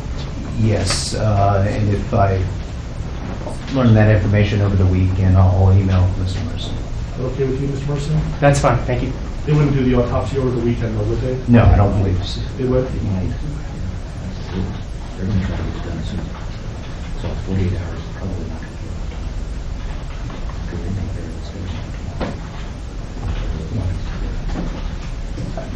We've all certainly seen autopsies scheduled less than 48 hours after the bodies are recovered. So we will do our best to comply with the notice requirements as soon as we learn the information. Who would be making the decision on when to perform an autopsy? The coroner's office. So can you communicate with them that there's an order that there would be 48 hours notice, and if they, for whatever reason, can't comply with that, you'll let Mr. Merson know?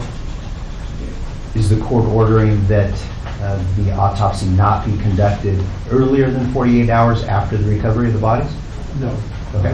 What I'm saying is I'm ordering that you notify the coroner that there's an order that Mr. Merson's entitled to 48 hours notice, and if they are intending to perform the autopsy sooner than that, they need to let you know before it starts so you can give Mr. Merson reasonable notice. Yes, sir.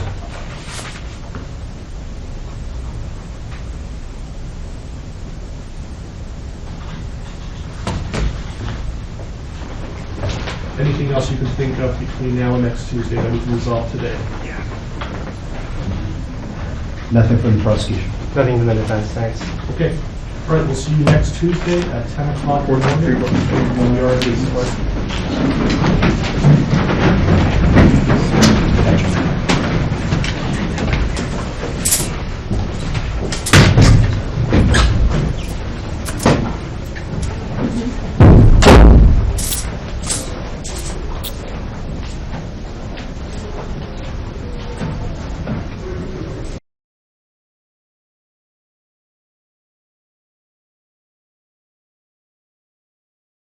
One of the things we were talking about is, as we mentioned yesterday, just knocking out the polygraph. Yeah. Why don't we do that today? Okay. Why don't we do that now? Okay. We'll get that out of the way when you're done. This is Tammy. Did you meet Tammy yesterday? No, that's okay. the only one. This is Tammy. Hi, Chris. How are you? So then when we're done, we'll figure out our game plan that I was talking about today. Okay. Does your dad have availability to use the car if you're going to be here for like an hour or more? Can you drive? Oh, he can drive. Okay.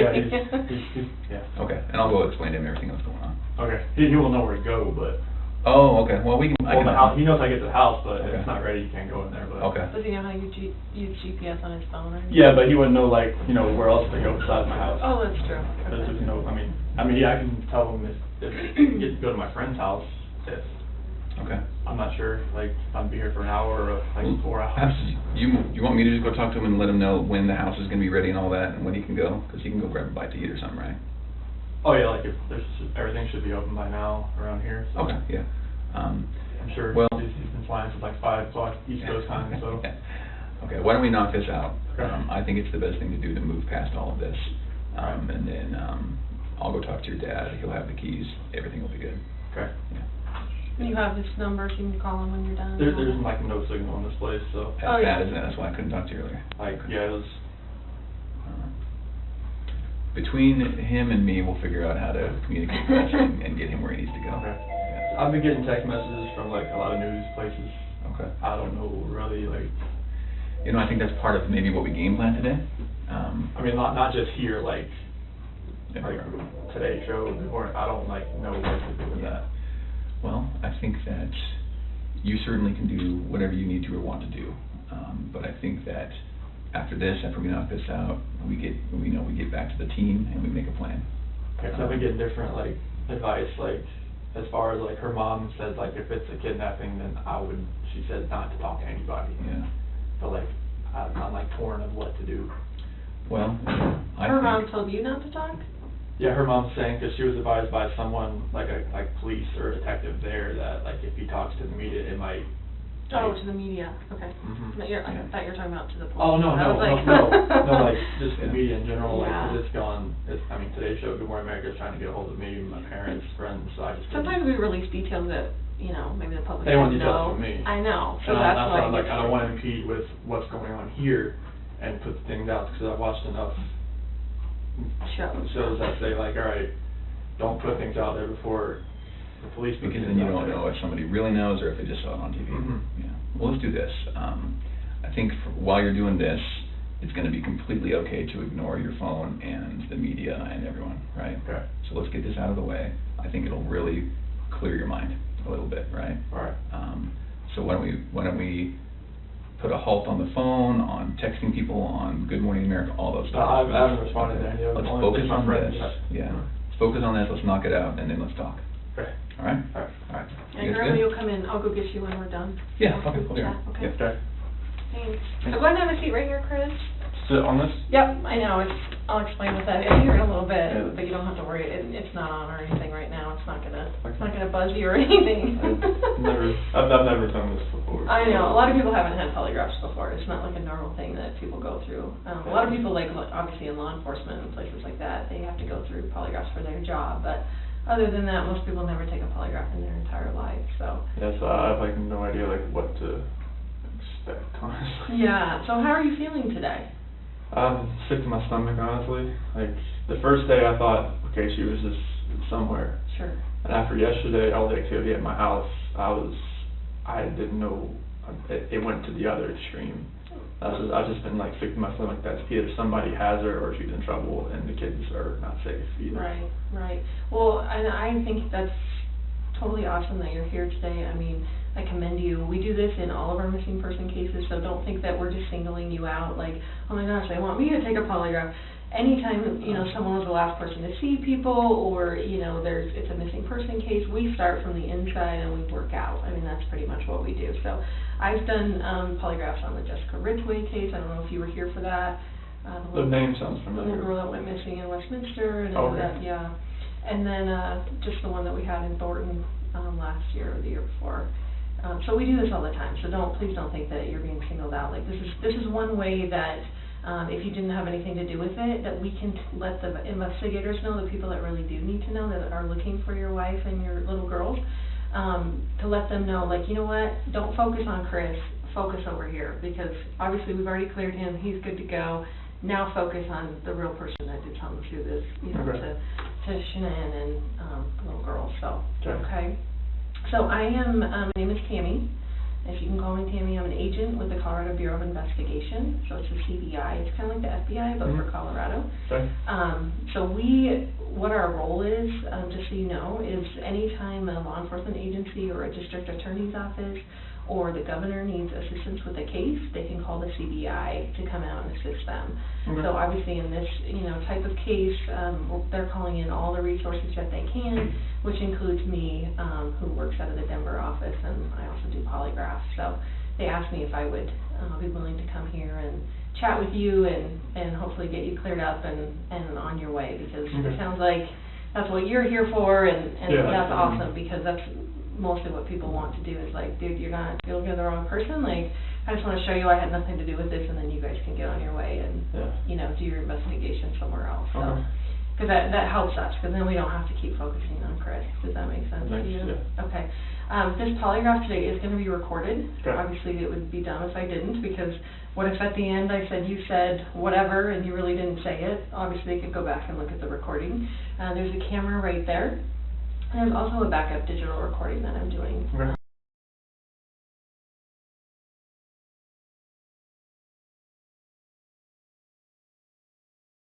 Okay. Good morning and welcome to be seated.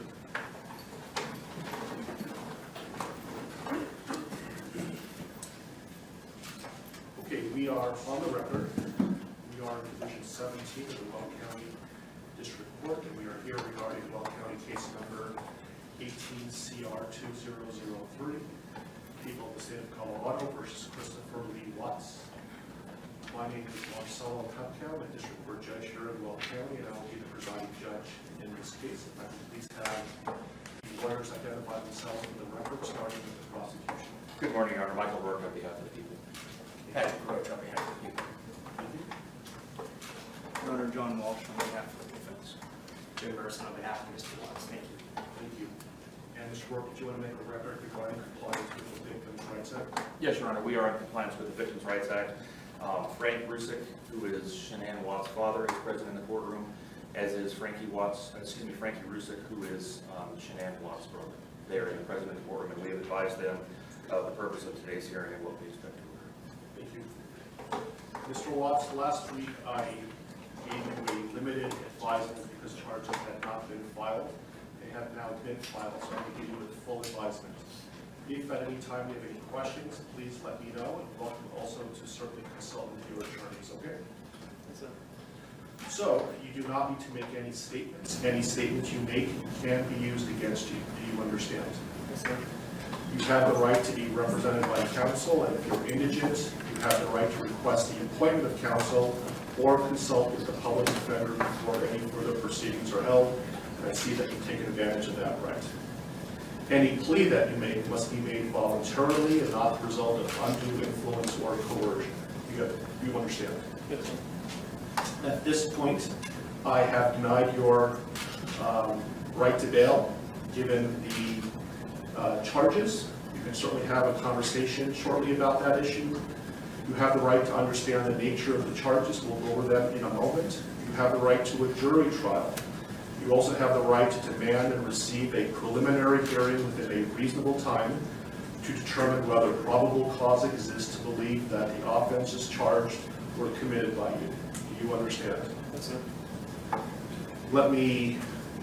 I assume that the defense has received a copy of the complaint and information. Mr. Watts, let me explain to you what you have been formally charged with and what the possible penalties are. Count 1 alleges that on or about August 13th, 2018, Christopher Lee Watts unlawfully, feloniously, after deliberation, and with the intent to cause the death of a person other than himself, caused the death of Shanann Watts in violation of Colorado Revised Statutes 18-3-102, subsection 1, subsection 8, and that crime is classified as murder in the first degree, a class 1 felony. Do you understand? Count 2 alleges murder in the first degree, also a class 1 felony, and it reads that between and including August 12th, 2018 and August 13th, 2018, Christopher Lee Watts unlawfully, feloniously, after deliberation, and with the intent to cause the death of a person other than himself, caused the death of Bella Watts in violation of Colorado Revised Statutes 18-3-102, subsection 1, subsection 8. Do you understand? Yes, sir. Count 3 alleges murder in the first degree, a class 1 felony, and specifically it alleges that between and including August 12, 2018 and August 13, 2018, Christopher Lee Watts unlawfully, feloniously, after deliberation, and with the intent to cause the death of a person other than himself, caused the death of Celeste Watts in violation of Colorado Revised Statutes 18-3-102, subsection 1, subsection 8. Do you understand? Count 4 alleges murder in the first degree, a class 1 felony. It alleges that between and including August 12, 2018 and August 13, 2018, Christopher Lee Watts unlawfully, feloniously, and knowingly caused the death of Bella Watts, a child who had not yet attained 12 years of age, and the defendant was in the position of trust with respect to the victim in violation of Colorado Revised Statutes 18-3-102, subsection 1, subsection F. Do you understand? Yes, sir. Count 5 alleges murder in the first degree, a class 1 felony. It alleges that between and including August 12, 2018 and August 13, 2018, Christopher Lee Watts unlawfully, feloniously, and knowingly caused the death of Celeste Watts, a child who had not yet attained 12 years of age, and the defendant was in a position of trust with respect to the victim in violation of Colorado Revised Statutes 18-3-102, subsection 1, subsection F. Do you understand? Yes, sir. With regard to these first 5 counts, the minimum sentence that the court could impose if convicted is life imprisonment in the Colorado Department of Corrections, and the maximum sentence is death. Do you understand? Yes, sir. Let me also point out that pursuant to Rule 32.1 of the Rules of Criminal Procedure, the prosecutor would have to file a written statement of intent to seek the death penalty no later than 63 days after arraignment. Do you understand? If a life imprisonment sentence was imposed, it would be without the possibility of parole. Do you understand that? Yes, sir. Count 6 alleges a Class 2 felony of unlawful termination of pregnancy in the first degree. Specifically, it alleges that on or about August 13, 2018, Christopher Lee Watts, with the intent to terminate unlawfully the pregnancy of a woman, namely Shanann Watts, feloniously and unlawfully terminated the pregnancy of the woman. Further, the woman died as a result of the unlawful termination of the pregnancy in violation of Colorado Revised Statutes 18-3.5-103. Do you understand? Yes, sir. The possible penalties, if convicted for this crime, is a mandatory minimum 16 years in prison up to 48 years in prison, followed by an additional mandatory parole period of 5 years. Do you understand? Yes, sir. Count 7 alleges tampering with a deceased human body, a Class 3 felony. It alleges that on or about August 13, 2018, Christopher Lee Watts, believing that an official proceeding was pending, in progress, or about to be instituted, and acting without legal right or authority, unlawfully and feloniously, willfully destroyed, mutilated, concealed, removed, or altered a human body, part of a human body, or human remains with the intent to impair it or their appearance or availability in the official proceedings in violation of Colorado Revised Statutes 18-8-610.5. Do you understand? Yes, sir. Count 8 alleges also tampering with a deceased human body, a Class 3 felony. It alleges that on or about August 13, 2018, Christopher Lee Watts, believing that an official proceeding was pending, in progress, or about to be instituted, and acting without legal right or authority, unlawfully and feloniously, willfully destroyed, mutilated, concealed, removed, or altered a human body, part of a human body, or human remains with the intent to impair its or their appearance or availability in the official proceeding in violation of Colorado Revised Statutes 18-8-610.5. Do you understand? Yes, sir. And finally, count 9 alleges tampering with a deceased human body, a Class 3 felony. It alleges that on or about August 13, 2018, Christopher Lee Watts, believing that an official proceeding was pending, in progress, or about to be instituted, and acting without legal right or authority, unlawfully and feloniously, willfully destroyed, mutilated, concealed, removed, or altered a human body, part of a human body, or human remains with the intent to impair its or their appearance or availability in the official proceeding in violation of Colorado Revised Statutes 18-8-610.5.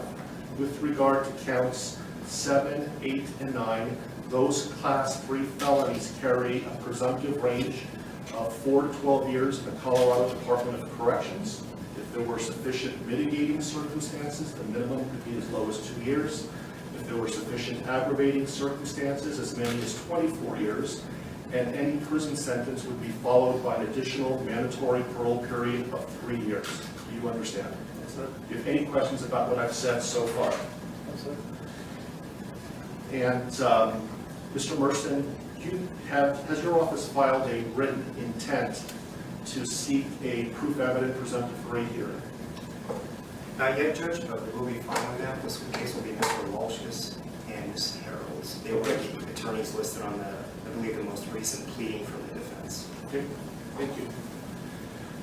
And I would point out, Mr. Watts, that the prosecution also indicated in the complaint and information that these were acts of domestic violence. Do you understand that? Yes, okay, thank you. And so, Mr. Walsh, what is your request today?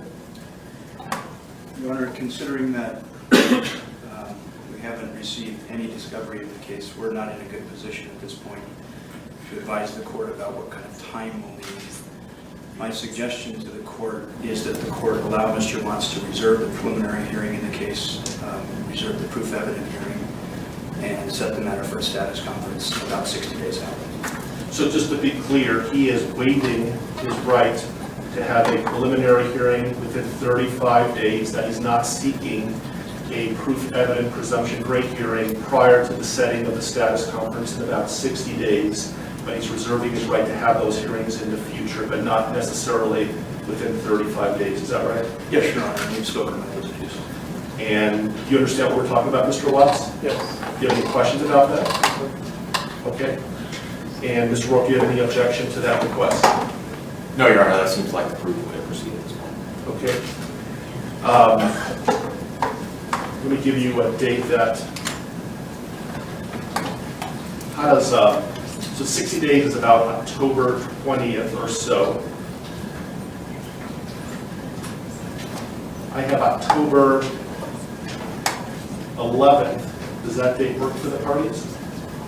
I can go a little bit further if you like as well. I think a little bit further would make sense, Your Honor. Thank you.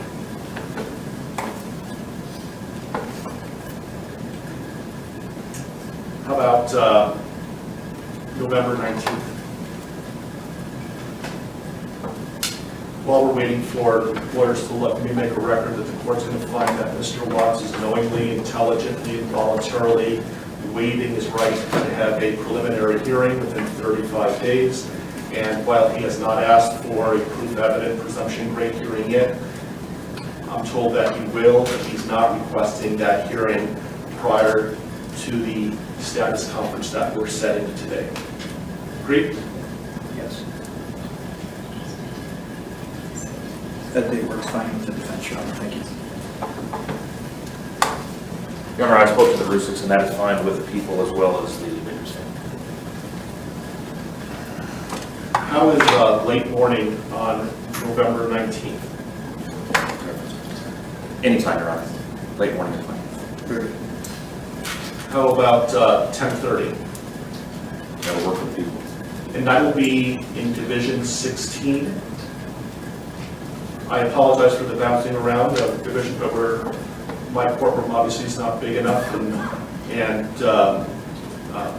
I will keep you updated on where the divisions are going to be, but the next court date will be in Division 16.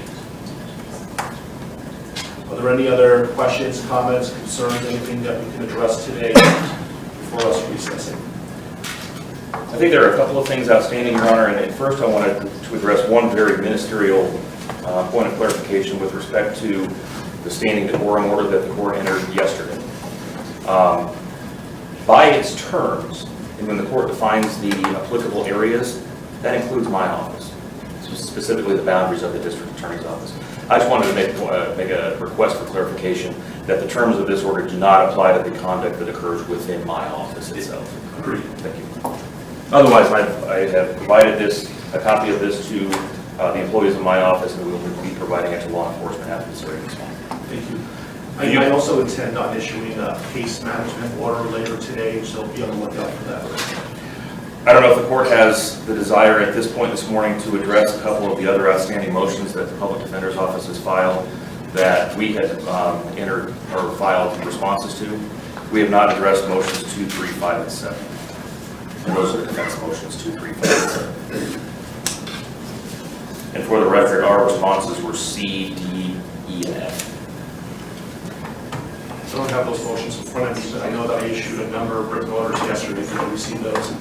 I received written orders, but not as it relates to those 4, so perhaps they just haven't reached my desk yet. If they haven't yet, I will issue a written ruling. We'll be getting them shortly. But I issued a number of orders yesterday.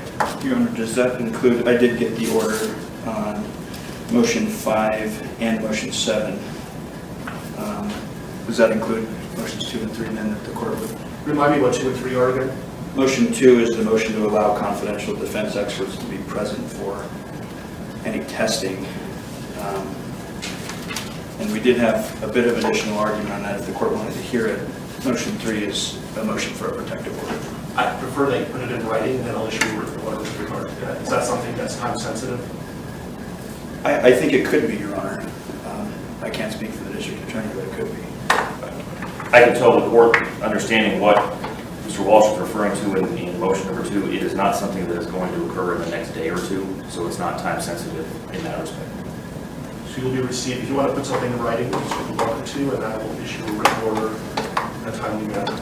Does the court want to give us a deadline for that? Sure. When would you like to file a response? I can have it done in a day or 2. Okay.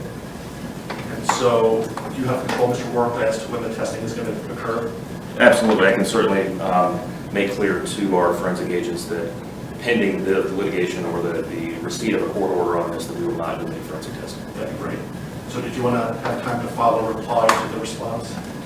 If necessary, if I could have 3 business days to file a response to whatever Mr. Walsh files in the next couple of days, I would appreciate that. Okay, so Mr. Walsh, do you have something filed by close of business tomorrow? Yes, sir.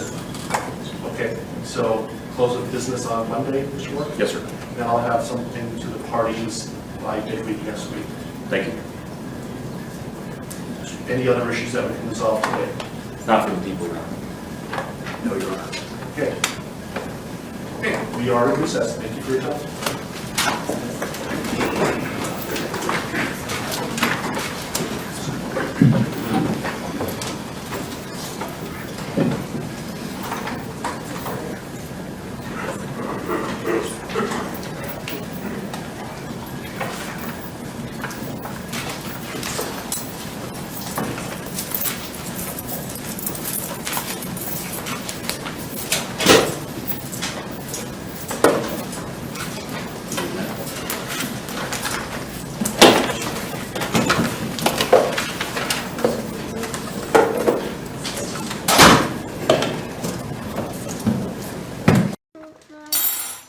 Hey everybody!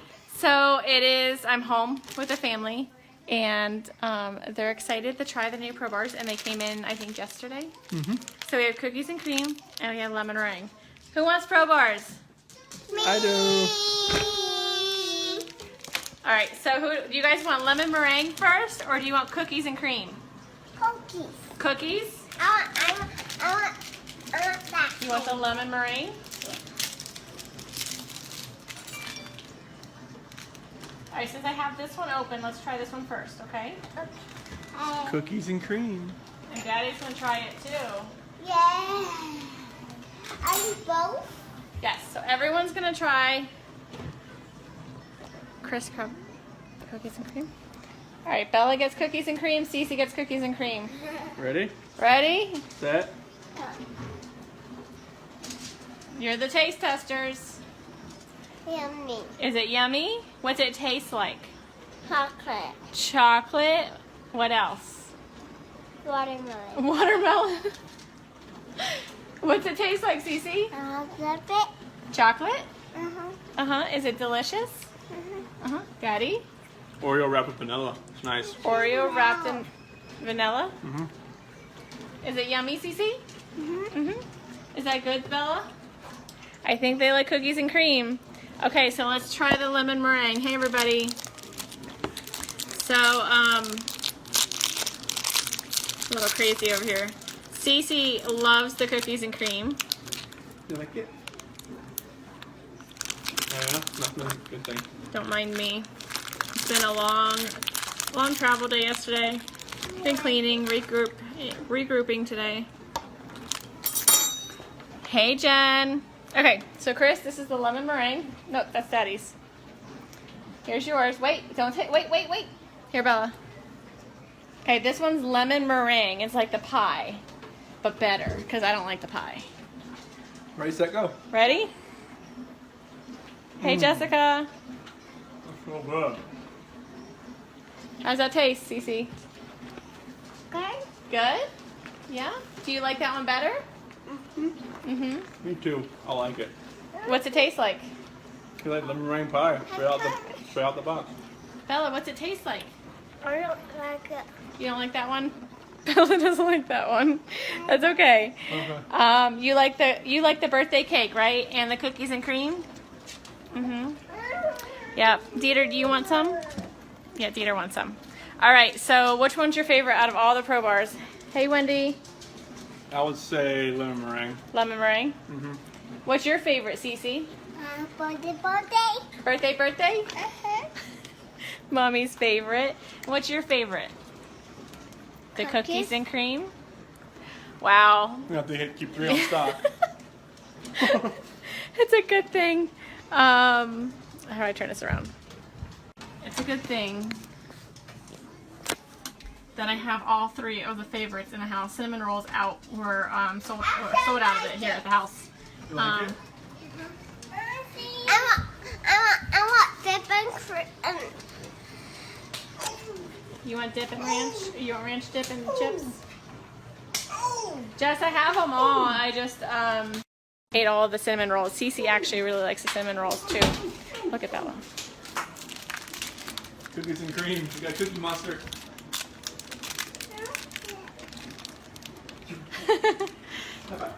I'm guessing you like it, kiddo. You like it? You want the lemon meringue, Cece? No, she didn't like that one. Daddy will finish it. Yep. All right, you guys. So that's our family.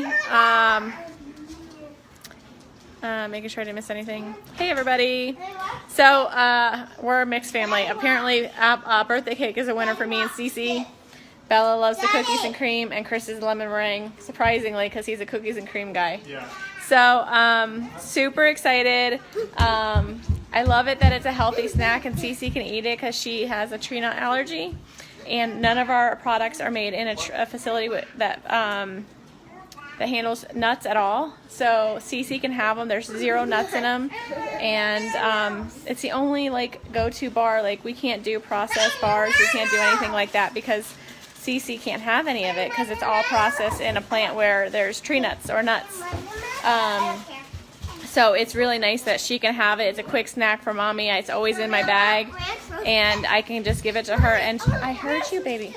I heard you. She wants ranch and dip. She's my child. Thanks, Kat. So it's really nice. It's convenient for me as a mom that I can just carry them in my purse and always have something for her. So super excited. The Pro Bars are amazing. They're a great snack, low carbs, low sugar, 2 grams of sugar in all of them, I think. But yeah, 2 grams of sugar and 20 grams of protein. So they're really good for you. So you guys have a great night. Love you. And we're going to be, Cece and I are fighting over birthday cake. So, all right. Say bye. Bye. See ya. All right, bye.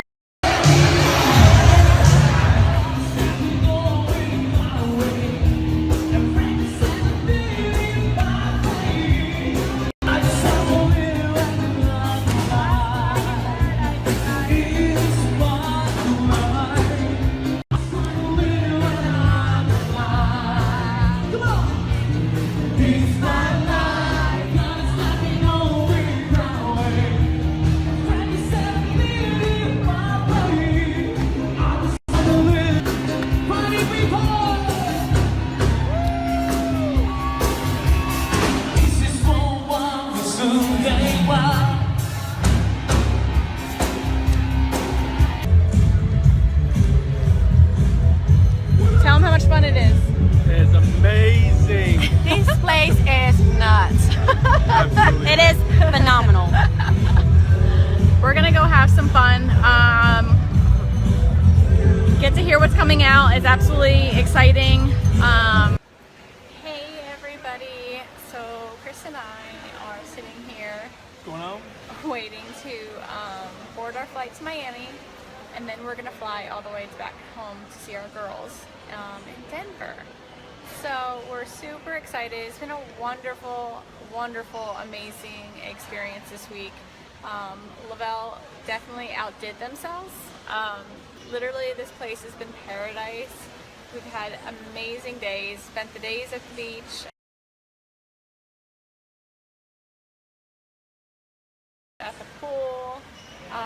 to Noah Island. We went to the spa. Where else did we do? All the different lounges at night, all the different food. Hi, Sharon. The amazing, amazing food. I mean, seriously, I think I gained 10 pounds while I was here. 15. Hey, Kevin. But it's been super amazing. We took it all in.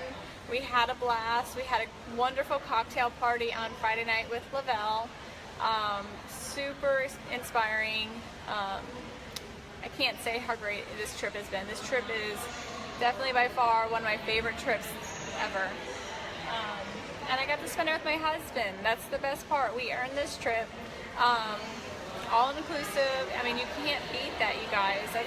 Everything's paid for. Your drinks, your food, everything by Lavelle. So it's been super amazing. We probably had, 15 hours of sleep the whole week. It's been fun. We got to mingle with our families and all our friends that we've created through Lavelle. It's been awesome to also see people that have been following me and were able to pull me out of a crowd and say, hey, are you Shanann? And that's been so awesome, so awesome that I've been able to inspire people like that. So we are grateful, extremely humbled, and blessed. All right, ready? Yeah. Hit it down there. Hit it, Bella. Hard, hit it hard. Bend down and hit it, come on. Oh! Nice. Oh, she wasn't hit it, Chris. Hit it hard.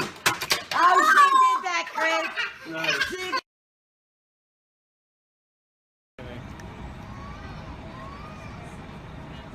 Say hi, guys. What up? This is CC downtown Denver, cruising on Chris's shoulder. She's definitely working him. Hi, CC.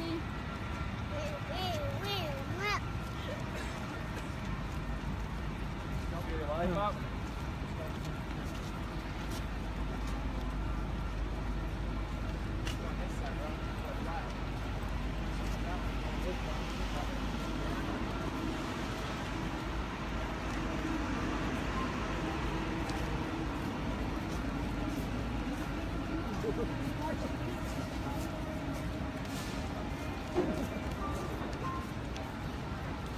Cece's been taking a wear care on Chris's shoulders. Cece. Where you going, Cece? Where you going, Belle? Come on, Bella. Yeah. Celeste. Bella. Come on, B. Bella's falling asleep too.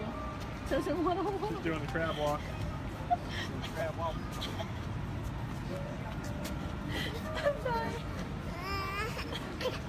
Oh, torture your children. Make them walk downtown Denver. Poor kids. Poor daddy's shoulders. Cece.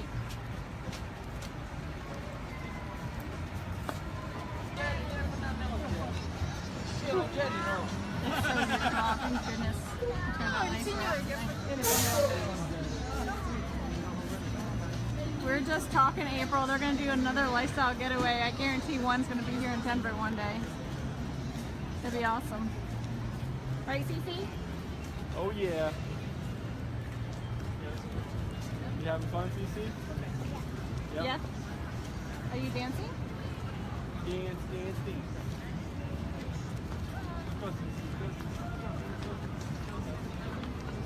Hey, you're asking for it, dude.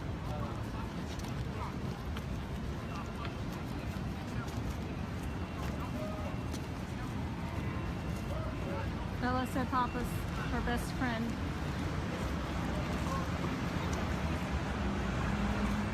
Bring it on, come on. Cece's breaking Daddy's shoulders. Cece.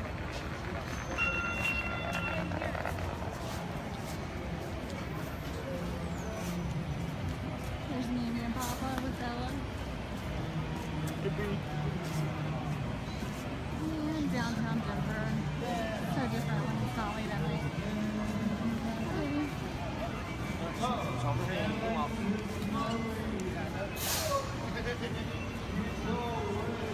right, guys, we're gonna head out. So I'm gonna get 8 ounces of water real quick. Hold on. Do you want to get a cup? Got Dieter here. He's not leaving us alone. What's up, babe? Say hi. Look, there's Dieter. It's really cool packaging they got too. I like it. I like 4 or 5 pieces of ice cubes, like 3 or 4 pieces of ice cubes in mine. Can't smell it, but look. I'm so excited for you, Shannon. I'm gonna shoot you a message when I get off here. I just put the kids down. Don't mind me, guys. I'm in my pajamas already because it's bedtime. It smells good. Oh my god. Smell that. That's good. Christina says it tastes like my favorite ice cream. I'm so excited. I love green mint ice cream. It's my absolute favorite. And it's not just mint ice cream. It has to be green mint. Because, yeah, I'm weird like that. So, I am so excited. And all you do is shake, shake, shake. Kids are down. They're going to be jealous because, yeah. They love candy cane. I'm so excited. Oh my goodness. It does smell like my favorite ice cream. I'm only going to give Chris a little bit because I don't think I'm going to want to share this. Ready? Here it goes.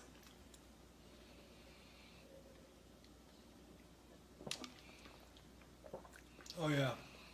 It's just like mint ice cream.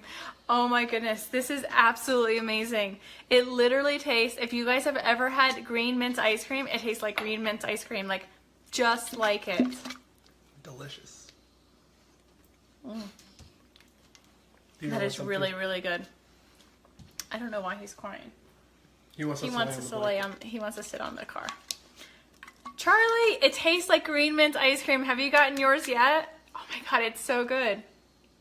It's like 7 o'clock at night here. I love this. This is gonna be like my dessert at night. Hey Lisa. I'm not ignoring you guys. If I didn't see your message, I'm sorry. It is amazing. Absolutely, positively amazing. This is probably my new favorite. Like, oh wow. Michelle, it's amazing. And you know what I'm gonna do? I'm gonna try this tomorrow, so be prepared. I'm gonna go live tomorrow.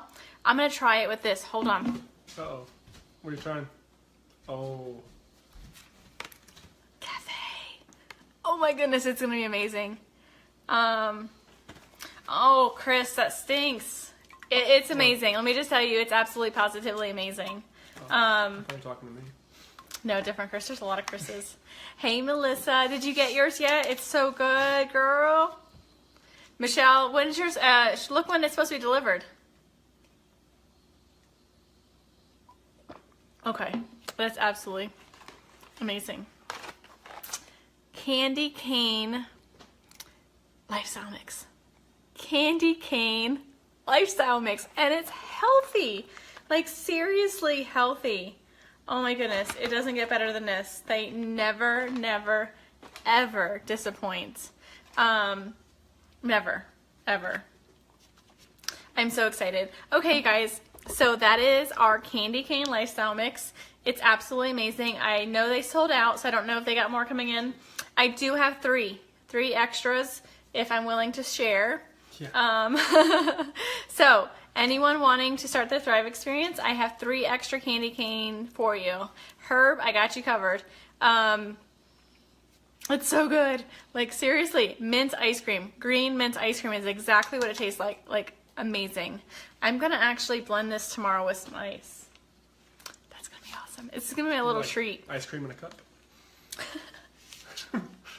Except for it's not green, but it's delicious. It's really, really, really good. Okay, guys.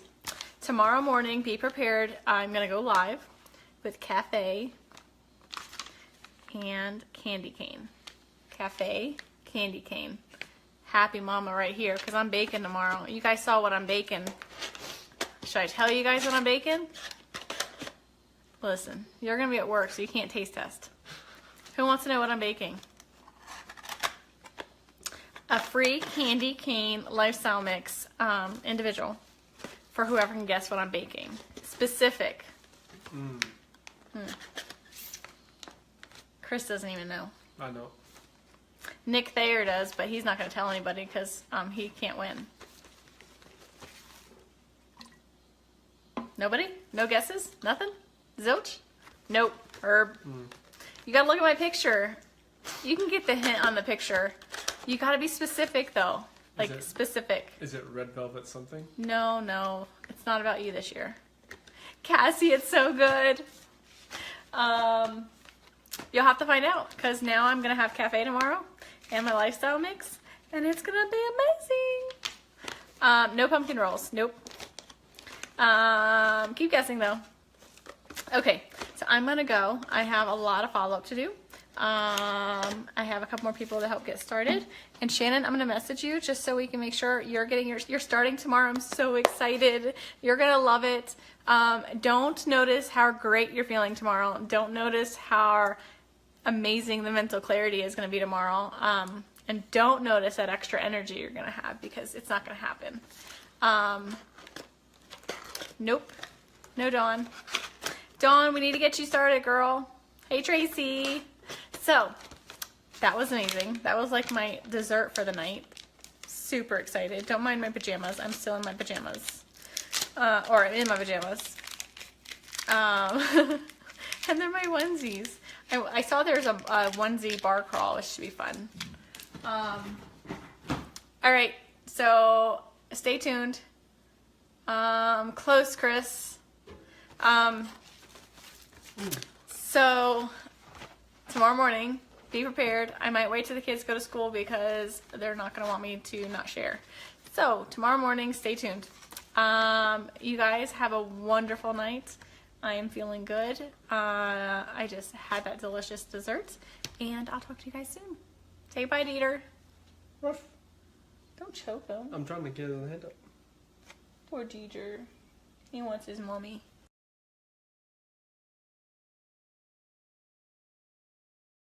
I think that's about it. Today's Sunday. Chris ran at 6 o'clock in the morning on a Sunday on his day off. What'd you do, 5 miles? Well, come over.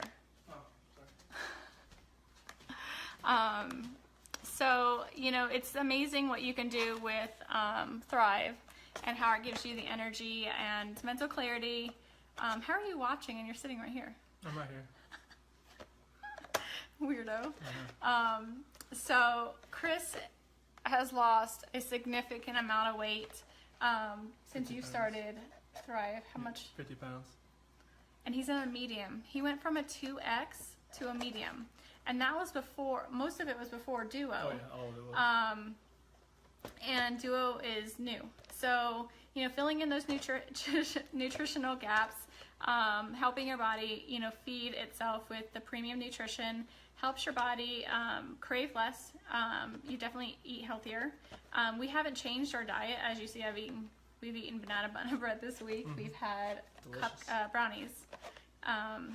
And, you know, I'm sneaking in candy corn here and there. So,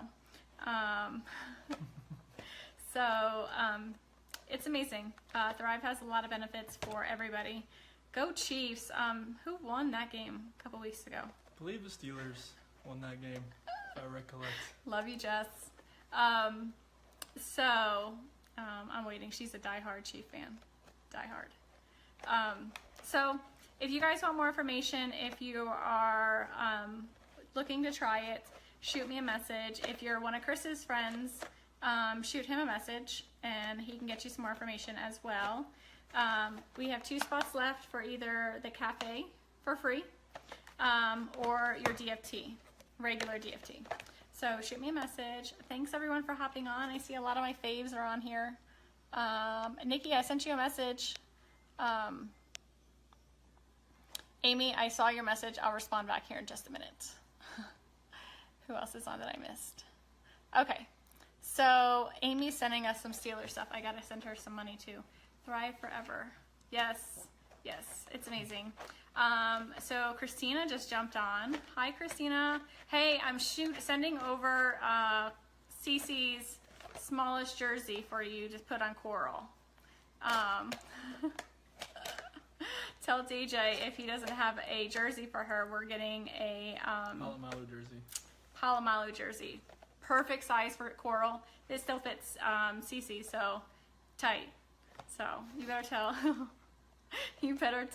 DJ he better hurry up and get her whatever jersey you guys like. So Amy, that's coming your way too, because Cece's grown out of it. It's a Palomalu 12-month jersey, but it still fits her, and she's a chunk. It's good luck jersey. It is a good luck jersey, so we haven't parted with it yet because it's good luck. So, does anyone have any questions that's new and would like? You can use credits today, so if you have Lavelle credits, you can use credits to buy the Duo, DFT Duo. So yeah, I think that's it. Anyone have any questions? Going once, going twice. I forget what else I was gonna say. I want a cafe right now with my lifestyle mix though. All right.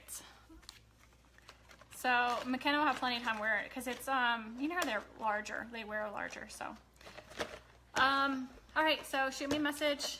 I'm gonna go celebrate with a piece of banana nut bread.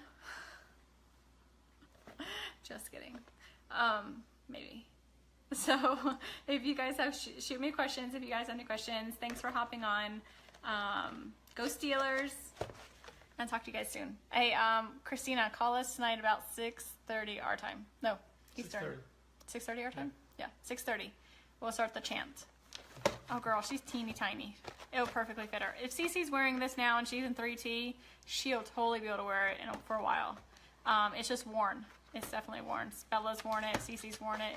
It's our favorite jersey. So, anyone? Oh, that's what I want to say. Anyone is interested in earning over $1,300 in legit cash and bonuses, shoot me a message. Company offers a huge incentive. Perfect time for Christmas. So if you're ready to start, it's free. You can promote the company for free. You can be a customer for free. So shoot me a message. I'd love to help you. I'd love to give you at least the information so you can kind of decide what you want to do. You can thrive for free. We've been thriving for free for 20 months. So super, super awesome. So talk to you guys later. Hey, Jess. I saw you hop on. I think that's it. If I forget, I'll come back. We'll come back with Cece and Bella later, and we'll do the Here We Go Steelers chants because they love it. And Amy, we'll have to get you in, FaceTime in, and we can do it together. All right, guys. Have a wonderful day. Hey, beautiful. And I'll talk to you guys soon. Bye.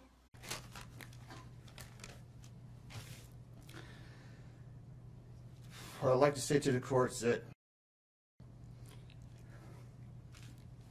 Shanann, Bella, and Nico are loving, caring people.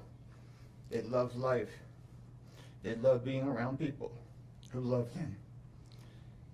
They always had good times. This is the first time they went to the beach this year, and they loved it. But God only knows what happened that night. Life will never be the same without Shanann, Bella, and Celeste, and Nico. Had all their lives to live. They were taken by a heartless one. This is the heartless one, the evil monster, who dare you take the lives of my daughters Shanann, Bella, Celeste, and Nico. I trusted you to take care of them, not kill them. And they also trusted you. The heartless monster, and then you take them out like trash. You disgust me. They were loving and caring people. You may have taken their bodies from me, but you will never take the love they had for me. They loved us more than you will ever know, because you know what love. You don't know what love is, because if you did, you would not have killed them. You monster, thought you would get away with this. I don't know how. The cameras do not lie. You carry them out like trash of the house.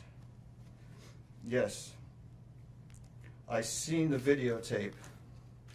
You buried my daughter Shanann and Nico in a shallow grave, and then you put Bella and Celeste in huge containers of crude oil. You heartless monster. You have to live with this vision every day of your life, and I hope you see that every time you close your eyes at night. Oh, I forgot. You have no heart or feelings or love. Let me tell you something. I will think of them every day of my life, and I love them every day of my life. Prison is too good for you. This is hard to say, but may God have mercy on your soul. I hope you enjoy your new life. It's nothing like the one you had out here. May the courts have no mercy on you. It's hard every day. It hurts in so many ways. I have heard people say that you're not a monster. No, you are not. You're an evil monster. Thank you. Love you, Shanann, Bella, and Nico. Love you, Pop and Dad. And one other thing. And Shanann says she is super excited for justice today. Thank you, Your Honor. Thank you, sir. The past 3 months I barely slept because I've been going through a lot of different emotions because I did not see this coming. You went from being my brother, my sister's protector, one of the most loved people in my family, to someone I will spend the rest of my life trying to understand. What gave you the right to put your hands on a woman, let alone my best friend, my beloved sister, your daughters, and your son? Why weren't they enough for you? In the blink of an eye, you took away my whole world, the people that mattered to me the most. Everything in my life I loved, your children. They trusted you. They loved you. They looked up to you because you promised to keep them safe. Instead, you turned on your family. My blood is boiling as I write these last words because they are the last you will ever hear from me. I can't even think of the right words to describe the betrayal and the hate I feel.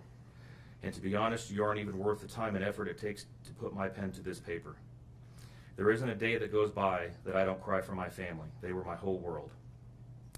All I do is ask myself why. Why would you do this? You don't deserve to be called a man. What kind of person slaughters the people that love them the most?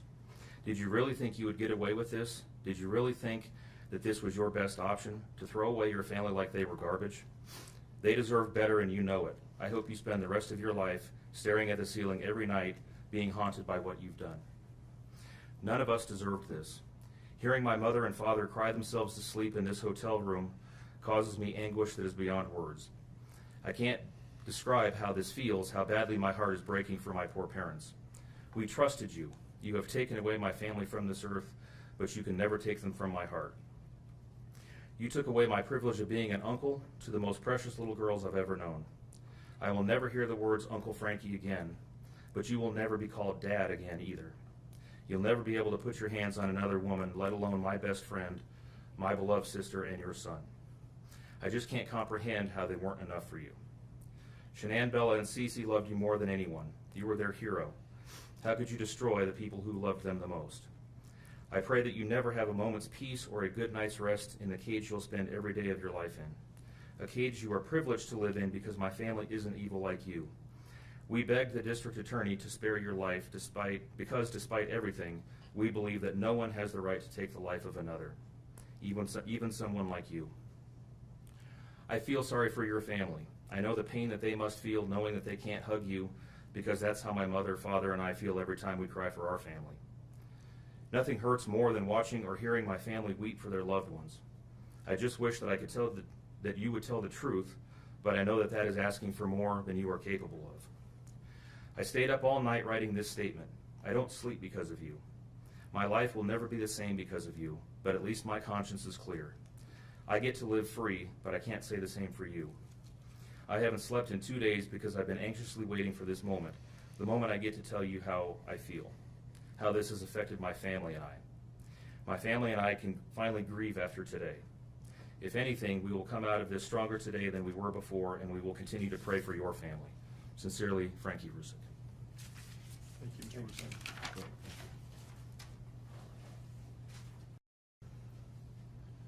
I wanted to say thank you for this moment. I want to take a moment to thank everyone who has prayed for our beloved family, who has sent gifts, cards to us from all over the world. I know God will put the evil people where they need to be. I also want to take the time to thank the town of Frederick, Greeley, FBI, the DA's office, the CBI, for exceptional work.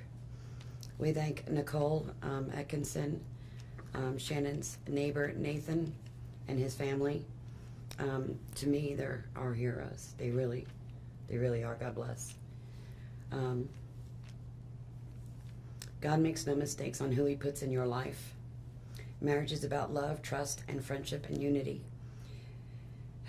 We marry for sickness and health, to death do us part. Our daughter Shanann loved you with all of her heart.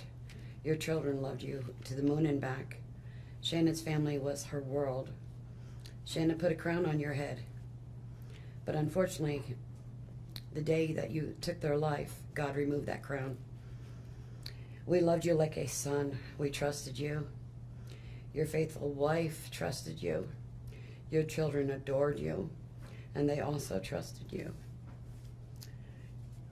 Your daughter Bella Marie sang a song proudly. And I don't know if you got to see it, but it was, "Daddy, you're my hero." I have no idea who gave you the right to take their lives.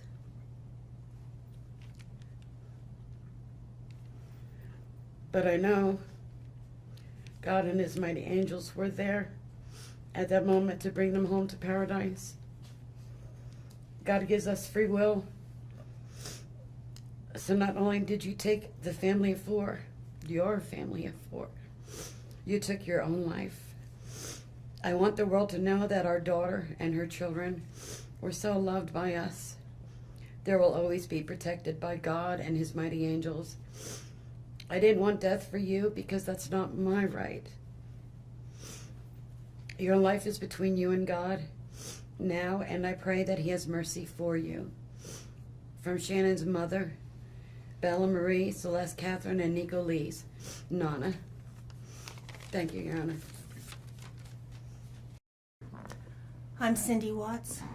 Ron Watts. Thank you. And I have authorized you to make a statement to the court as paternal grandparents of the children. And if you choose not to make a statement, but your designee, Ms. Powers, chooses to, she can do so as well. How would you like to proceed Can today? I read that?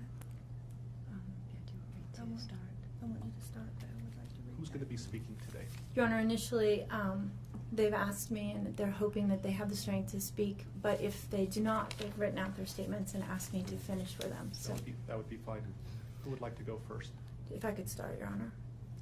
On behalf of the Watts, Your Honor, and to the community, we thank you for the opportunity and the recognition under the Victim Bill of Rights. We come today as the grandparents and the parent of the daughter and children whose life was taken in this case. We are not here to ask for leniency.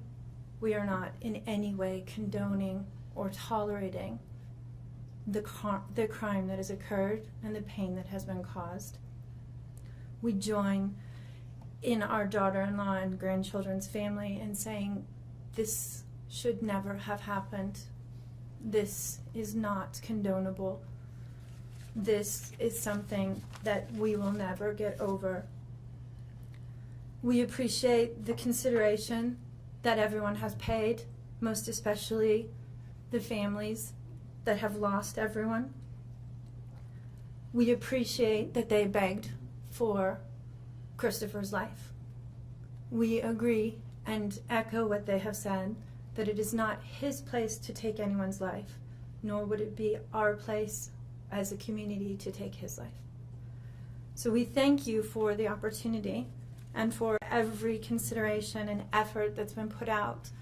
The prosecution in this case has in fact respected the Victim Bill of Rights. They took the time to explain that the information that my clients had at the time that they were interviewed was not correct.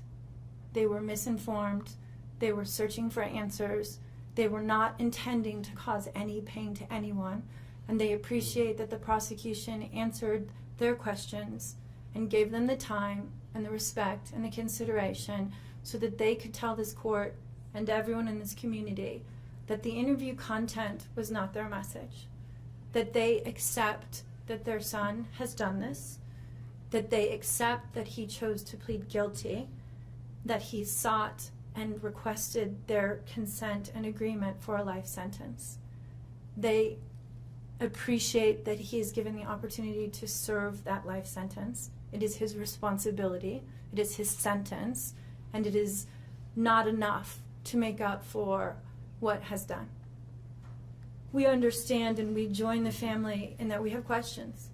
We don't know how such a thing could possibly happen, or that a man that was responsible for raising his children and protecting his wife would take the steps that he did, and that he would disregard their bodies and the love that he had for them and they had for him and everyone else, and take the gestures and put this community through the investigation and the discovery and the responsibility of bringing justice. We do not understand that. We do not think it was appropriate. We cannot begin to think that an explanation will ever justify it. My clients indicate that they understand that a full opportunity for a confession with all of the responsibility and accountability has not occurred. And they support the family and the request that that happen, if not today, at an appropriate time, in an appropriate manner, so that everyone can have peace, to understand to the best of their ability the details that they need and to have their questions answered. And by giving this opportunity of a life sentence, we hope that he embraces that moment. That had the death penalty been pursued, there would not have been an opportunity to be accountable and to give a full confession. And had the death penalty been sought, counsel would have fought for his life, the prosecutors would have been engaged in a multiple-year battle, the families would have been torn apart, this community would have had to subsidize it and endure it, and we have so much respect and gratefulness that that did not happen. We would strongly encourage Christopher Watts to give that full confession in the tone and in the timing that he thinks is appropriate with the guidance of his counsel. We feel that it would be appropriate and helpful to ease the pain and the suffering. But we also say we don't think that there's anything that he can say that will ever account for his behavior. There's nothing that can be done to cure the harm he has caused. And he has the responsibility to serve his sentence with dignity and with regard for everyone, and to spend every breath that he has left in an atonement for what he has done. Do you want to read it? So if I could just have you state your name for the record. Cindy Watts. Thank you. My name is Cindy Watts. I am the grandmother of two beautiful granddaughters, Bella Marie, Celeste Catherine Watts. I am also the mother of Christopher Watts, who I will be directing most of my statement to. First, I'd like to begin by recognizing the absolute horror of this crime and acknowledging the devastating loss that both the Rusek family as well as our family have faced. Our families have been irreparably broken by the needless deaths of Shanann, Bella, Cece, and Nico. This is something we will never get over. We will always mourn the loss of our family, and in that we are united in our grief. I am still struggling to understand how and why this tragedy occurred. I may never be able to understand and accept it, but I pray for peace and healing for all of us. Now to my son Christopher. I have known you since the day you were born into this world. I have watched you grow from a quiet and sweet, curious child who Bella reminded me so much of, to a young man who worked hard in sports and later mechanics to achieve your goals. You are a good friend, brother, father, and son. We have loved you from the beginning, and we still love you now.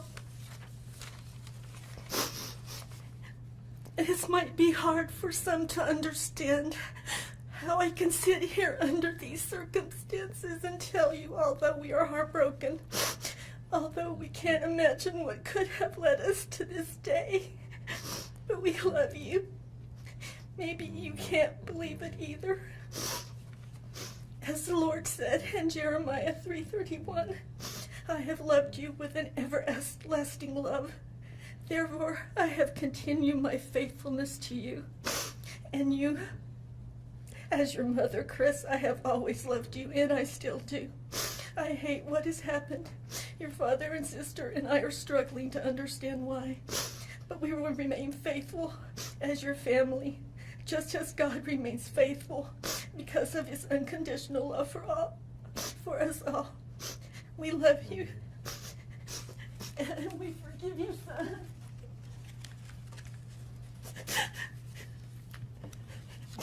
Thank you. Judge, if I could read Mr. Watts' statement. Yes. My name is Ronnie Watts, and I am the grandfather of Bella, Celeste, Nico Watts, and I am the father of Shanann. I am the father of Christopher Watts as well. And one of the most important things I've done in my life is to raise my children and to watch as they started their own families. I spent many years coaching Little League and talking to my son, taking him to the races, and sharing my love and knowledge of cars with him. He was just as involved with his girls. I believe he loves his girls. I know he does. This tragedy has impacted my family in so many ways. Beyond losing my precious grandchildren, our beloved daughter-in-law, we are forced to question everything. We still don't have all the answers, and I hope one day, Christopher, you can help us. Chris, I want to talk to you as a father and son. You are here today accepting responsibility, but I want to tell you this now. I love you. Nothing will ever change that. And I want you to find peace, and today is your first step. The Bible says if we confess our sins, God is faithful and just and will forgive us. Chris, I forgive you, and your sister forgives you, and we will never abandon you, and we love you. Dad. Judge, thank you for the opportunity to address the court.